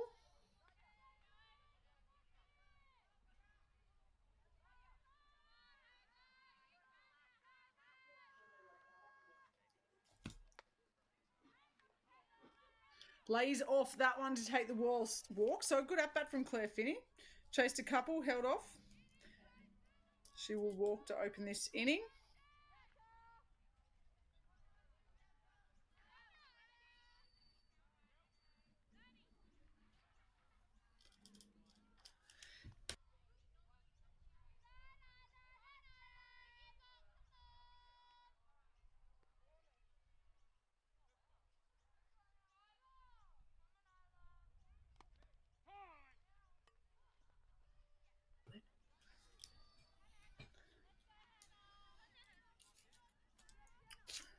And that's Isla Calabeck.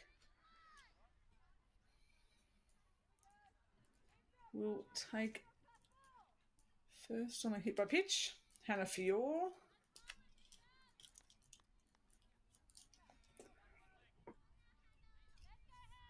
One out. Number one on her back up to bat, Hannah Fior. Barclay Ballhers looking to hold the runners.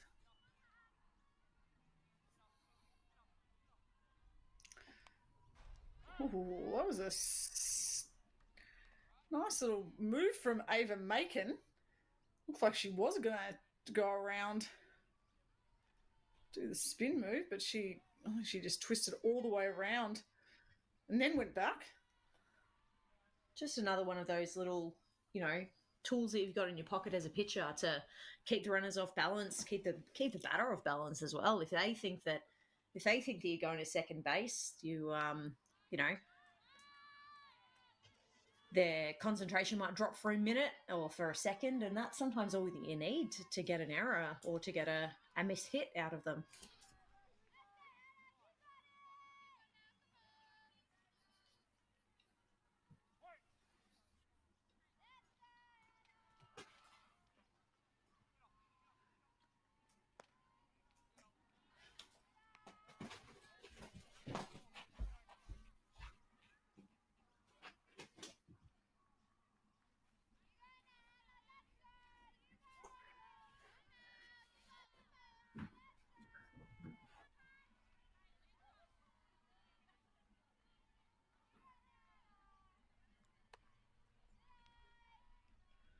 Few ducks out of the way of that one.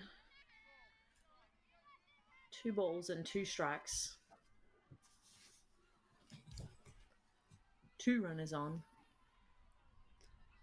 They're about all the 2s that I can think of to add here into 2 Amy's. Yep, 2 Amy's. Only 2 dogs today here with us in the commentary booth. 2 too many at times. Works the count up to full. Burnett just take the opportunity to have a little bit of chat to Macon. Maybe tell her a little joke and see some smiles. That's great.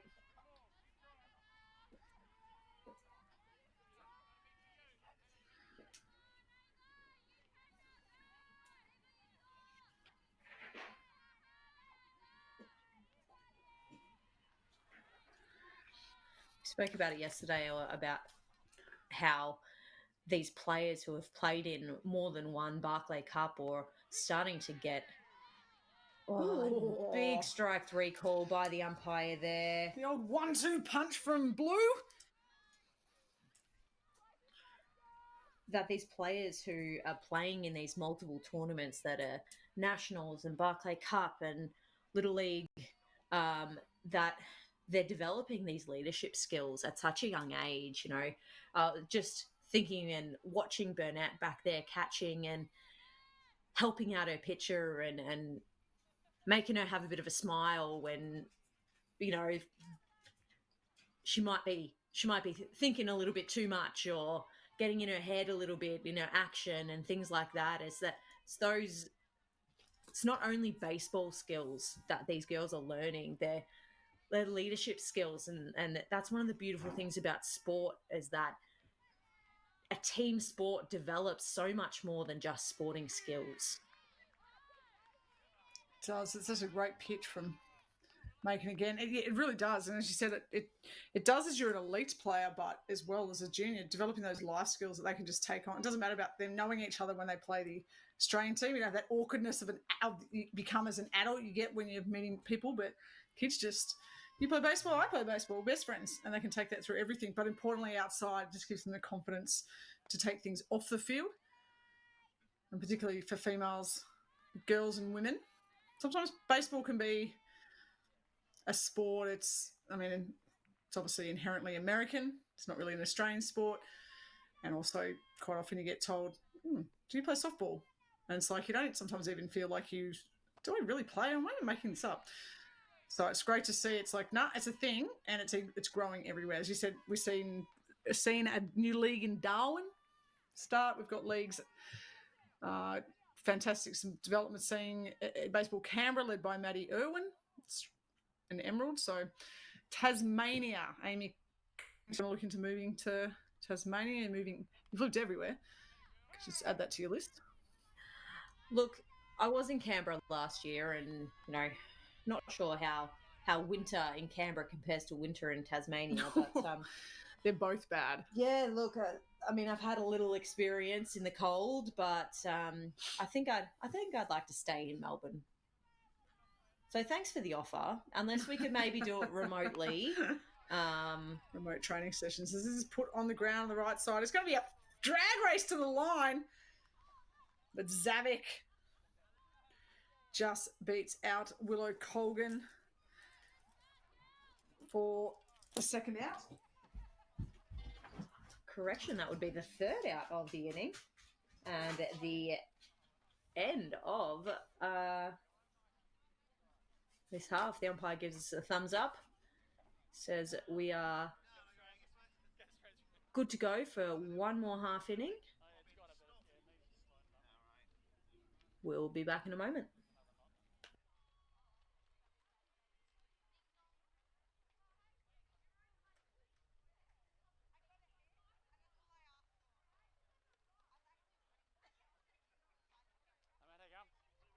Very well, thank you.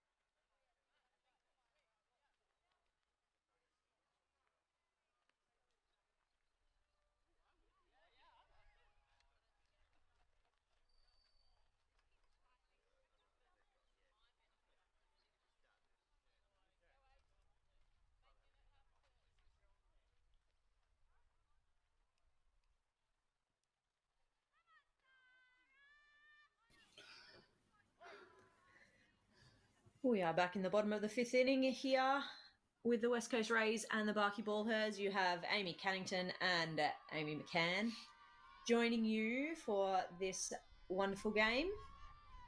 This will be the last chance for the Barkey Ballhers to come back and score some runs in this inning. We are very close to the 2-hour limit of the game. We started at the... Noting that we started a little bit late. There was a delay at the start of the game.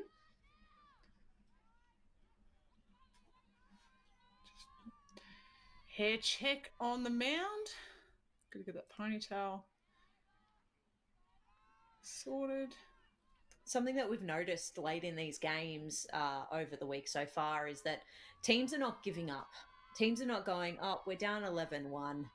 Let's just call it a day and go home, go back to the accommodation. So, and I think that the Barkey Ballhers are no exception to that. Just before this half inning started, I heard a big cheer and which to me was like all gathered around in a circle, hands in, let's go, we can do this type of cheer. So they're here to play, they're here to keep going, and they're here to see what they can do, even in the late stages that this game is in.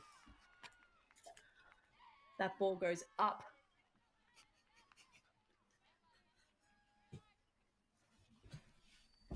In the air, and we have a base runner on first base. Great start there by Ava Macon. And that will be the end of the day for Sarah Scott on the hill. High five there by Watt, saying you did a great job. Sarah Scott, only 12 years old. What? No, it's got to be a lie. You just step up and do what you're doing at 12 on the mound and it is a national stage. It's absolutely. I'm not sure I would like to have done that. I had to step up when my parents asked me to do the dishes or take the bins out. Here she is being told to throw a strike. It's impressive. So we see a new pitcher for the West Coast Rays. Oh, Amy. This is Northern Chelsea Territory's Erickson. own Chelsea Erickson.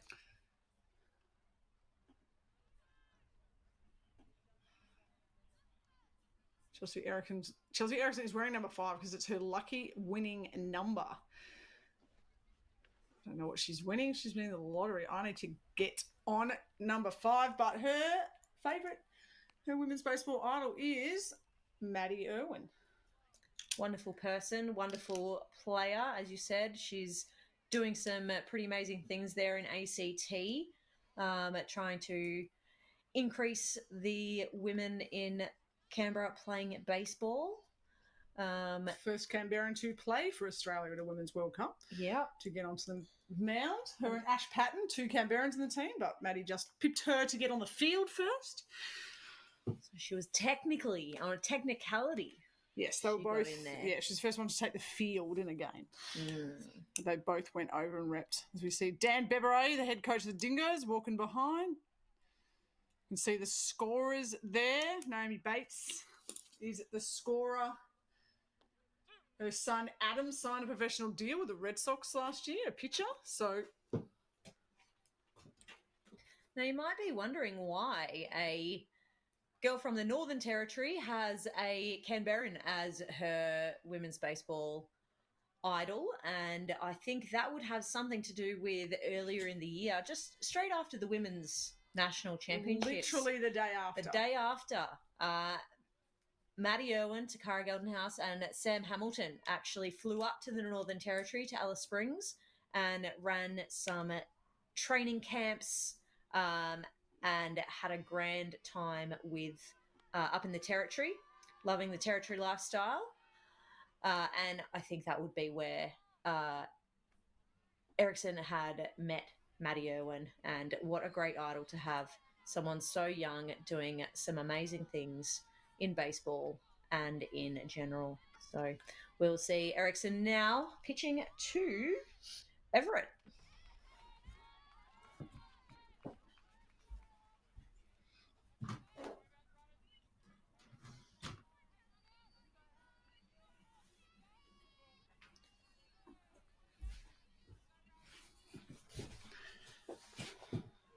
There is none out. This is only the second batter of this bottom of the fifth.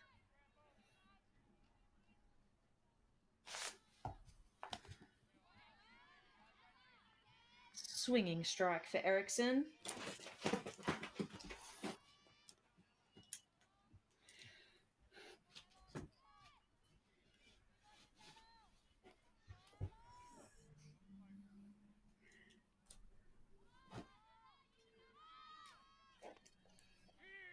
Ava Macon takes off to third base and stands up.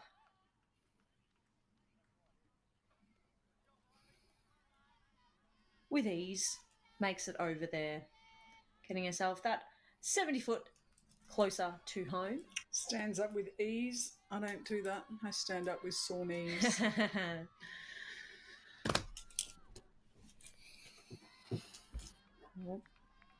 This one gets by, but no run will score.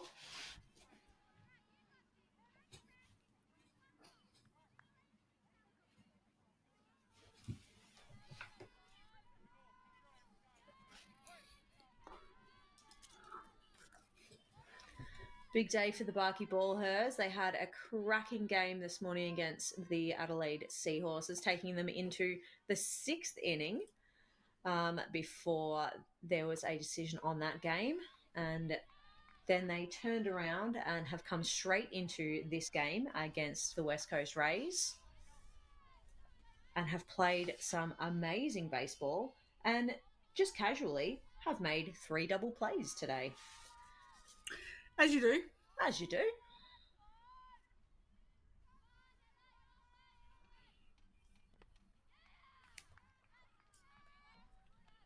As Everett takes a walk.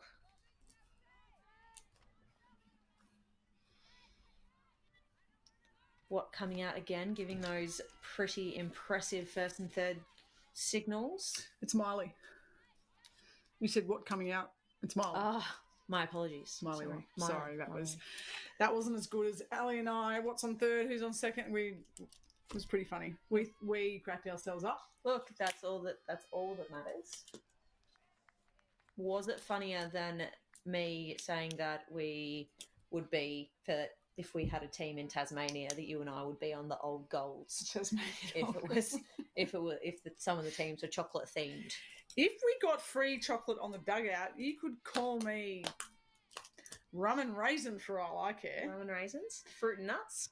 I think the fruit and nuts is probably more apt for us in this commentary booth. Probably more nutty, a little bit fruity. Depends on the time of day. We do have Lewis Brown in the batter's box at the moment.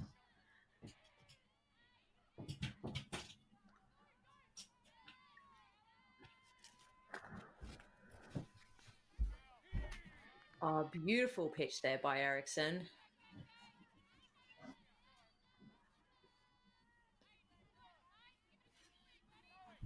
Getting ahead there. Always important when you're pitching. First aim is to throw a first pitch strike. Then the next is to stay ahead in the count. She's done just that. She's ahead in the count. 1 ball, 2 strikes.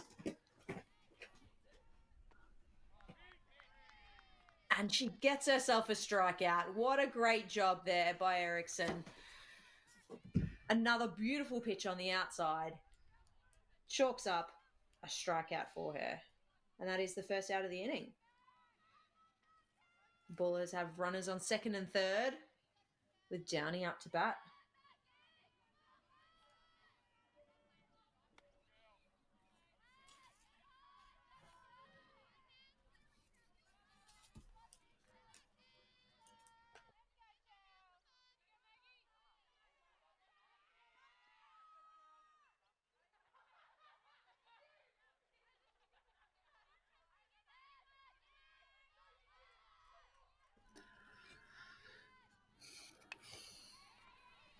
Oh, and that one is cracked over to right field by Downey. It scores 1 run.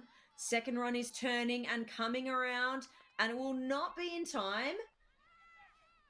The ball has gotten away. Downey will speedy on up to second base. She's got herself 2 RBIs on that base hit to right field and has shown some really good base running, advancing on that overthrow to home.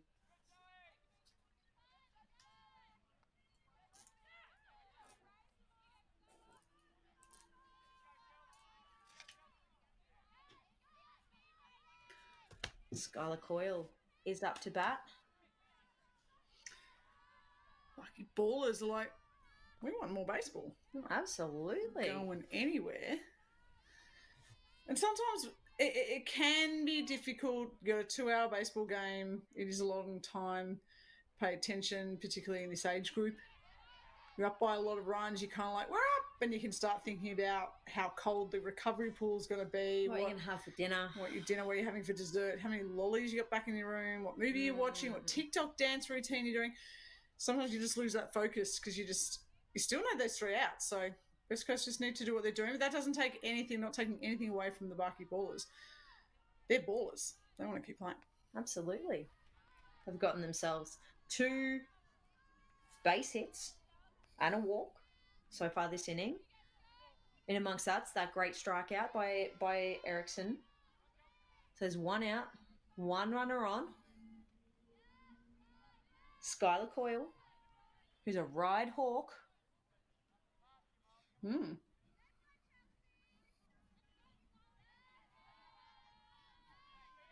Has been playing baseball since she was 4 years old. That is impressive. Impressive cut.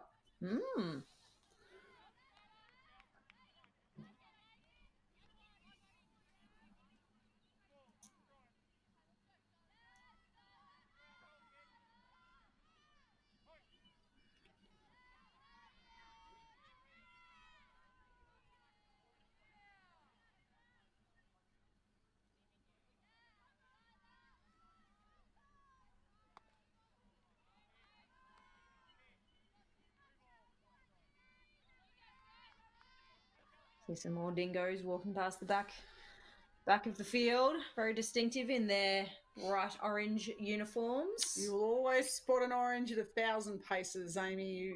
I sure will. You do love it. Netherlands team is always your first hit up at the end of a World Cup, trying to get some of their merch, swap it over with our green. Absolutely. How'd you go? Get a bit of Dutch Definitely. kit in your time? Yep, sure did. Sure did. I was always over to... I mean, you always had to try and get something of the Japanese. It was pretty hard at times, but the USA, I used to always get something Canadian every year. I just reckon they were always good. But then the South American team started coming in, got me a bit of that, got some Chinese tarpagas, got something from every team. Oh, it's impressive. Would love to get some stuff like France and Mexico. Just get everything. I need to stop buying Atlanta Braves hats, and I'm up to like about 87 now. I need to stop buying that and switch focus and go to women's merch. Why not? There's some good stuff out there.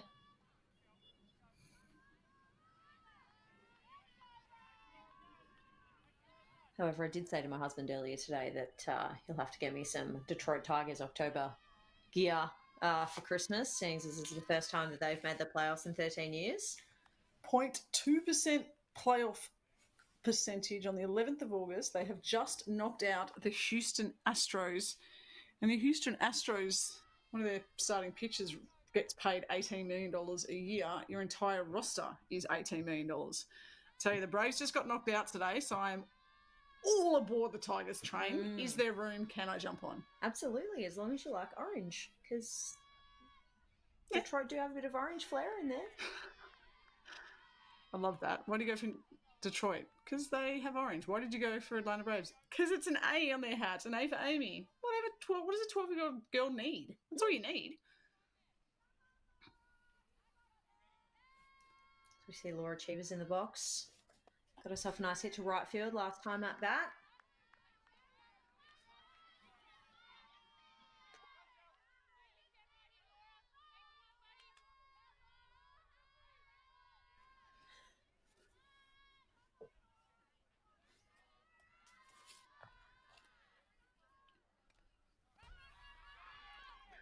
And it gets away from the catcher. 1 run. Another run, and that will be 2.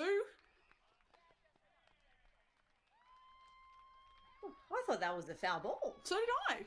Yeah. But no one signalled it, and no one's asking any questions, so must just be our distance away.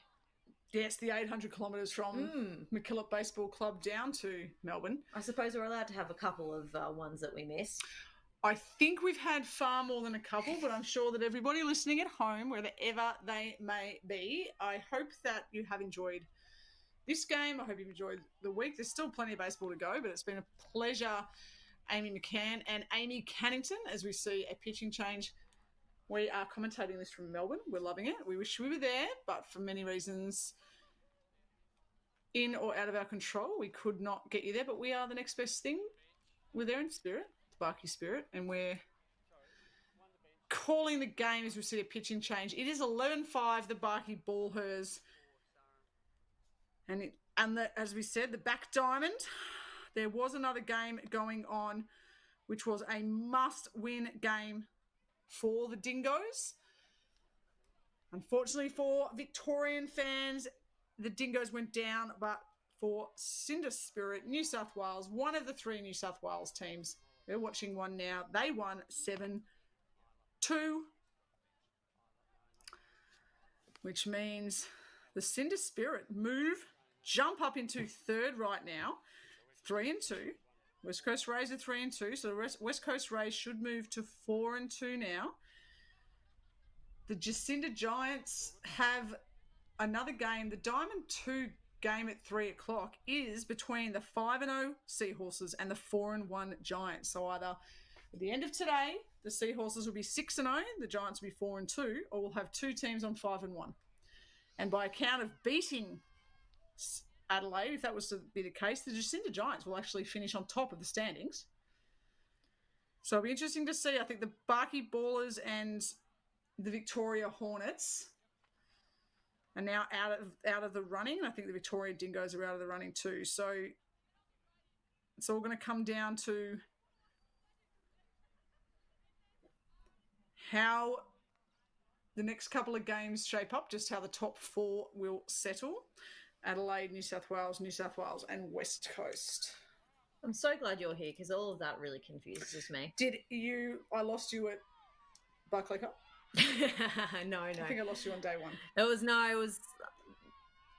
a little bit further along than that, but not a heap further along. Oof. I do like my words. Basically, winner of the Seahorse and Giants this afternoon at 3 o'clock finishes on top. Should have said that from the start. Yep. There you go. A bit more succinct. As we just saw, Laura Cheevers take off a little bit early. The new pitcher stepped off. Carl Beckett is. Oh, there's a hit to left field, and Cheevers will score. Sienna Gladhill with a shot. Got herself an RBI of Cheevers. And it is now 11-6. This game won't quit. It won't. And neither will the Barclay Ballers. No. They will not quit. Just another amazing example of... Sienna Gladhill takes off. That's a nice throw. In standing. Miley Watt is getting peppered back there. She's doing a really great job. It's more the situation that's killing her than her throws. Her throws are great. It is just the 70-foot base paths that make it really tricky. Up to bat now for the Barclay Ballhers. We've got Way.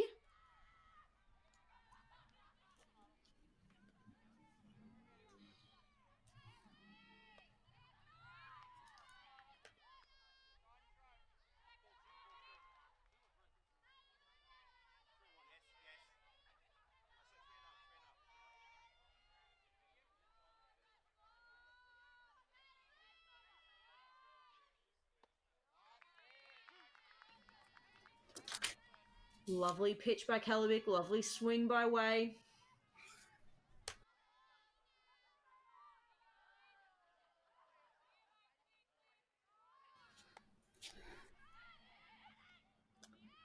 Ooh. Gledhill goes in pretty casually there, maybe not realising how close that throw was.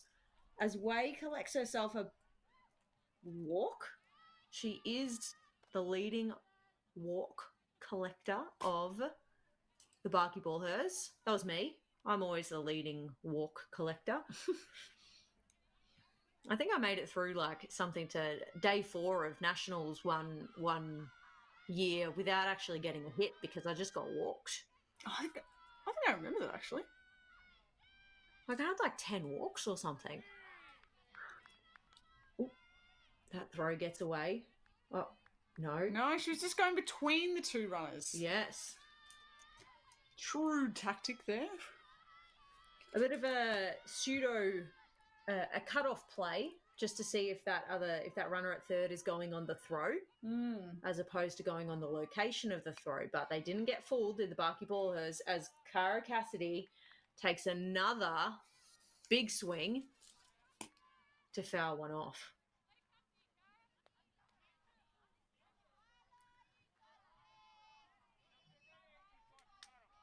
Cassidy doesn't waste a lot of time in the box. She sees a pitch and she goes hard after it.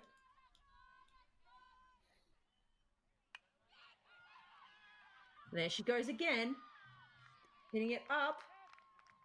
Straight to left field, however. Nice catch there by Claire Suffle for the second out.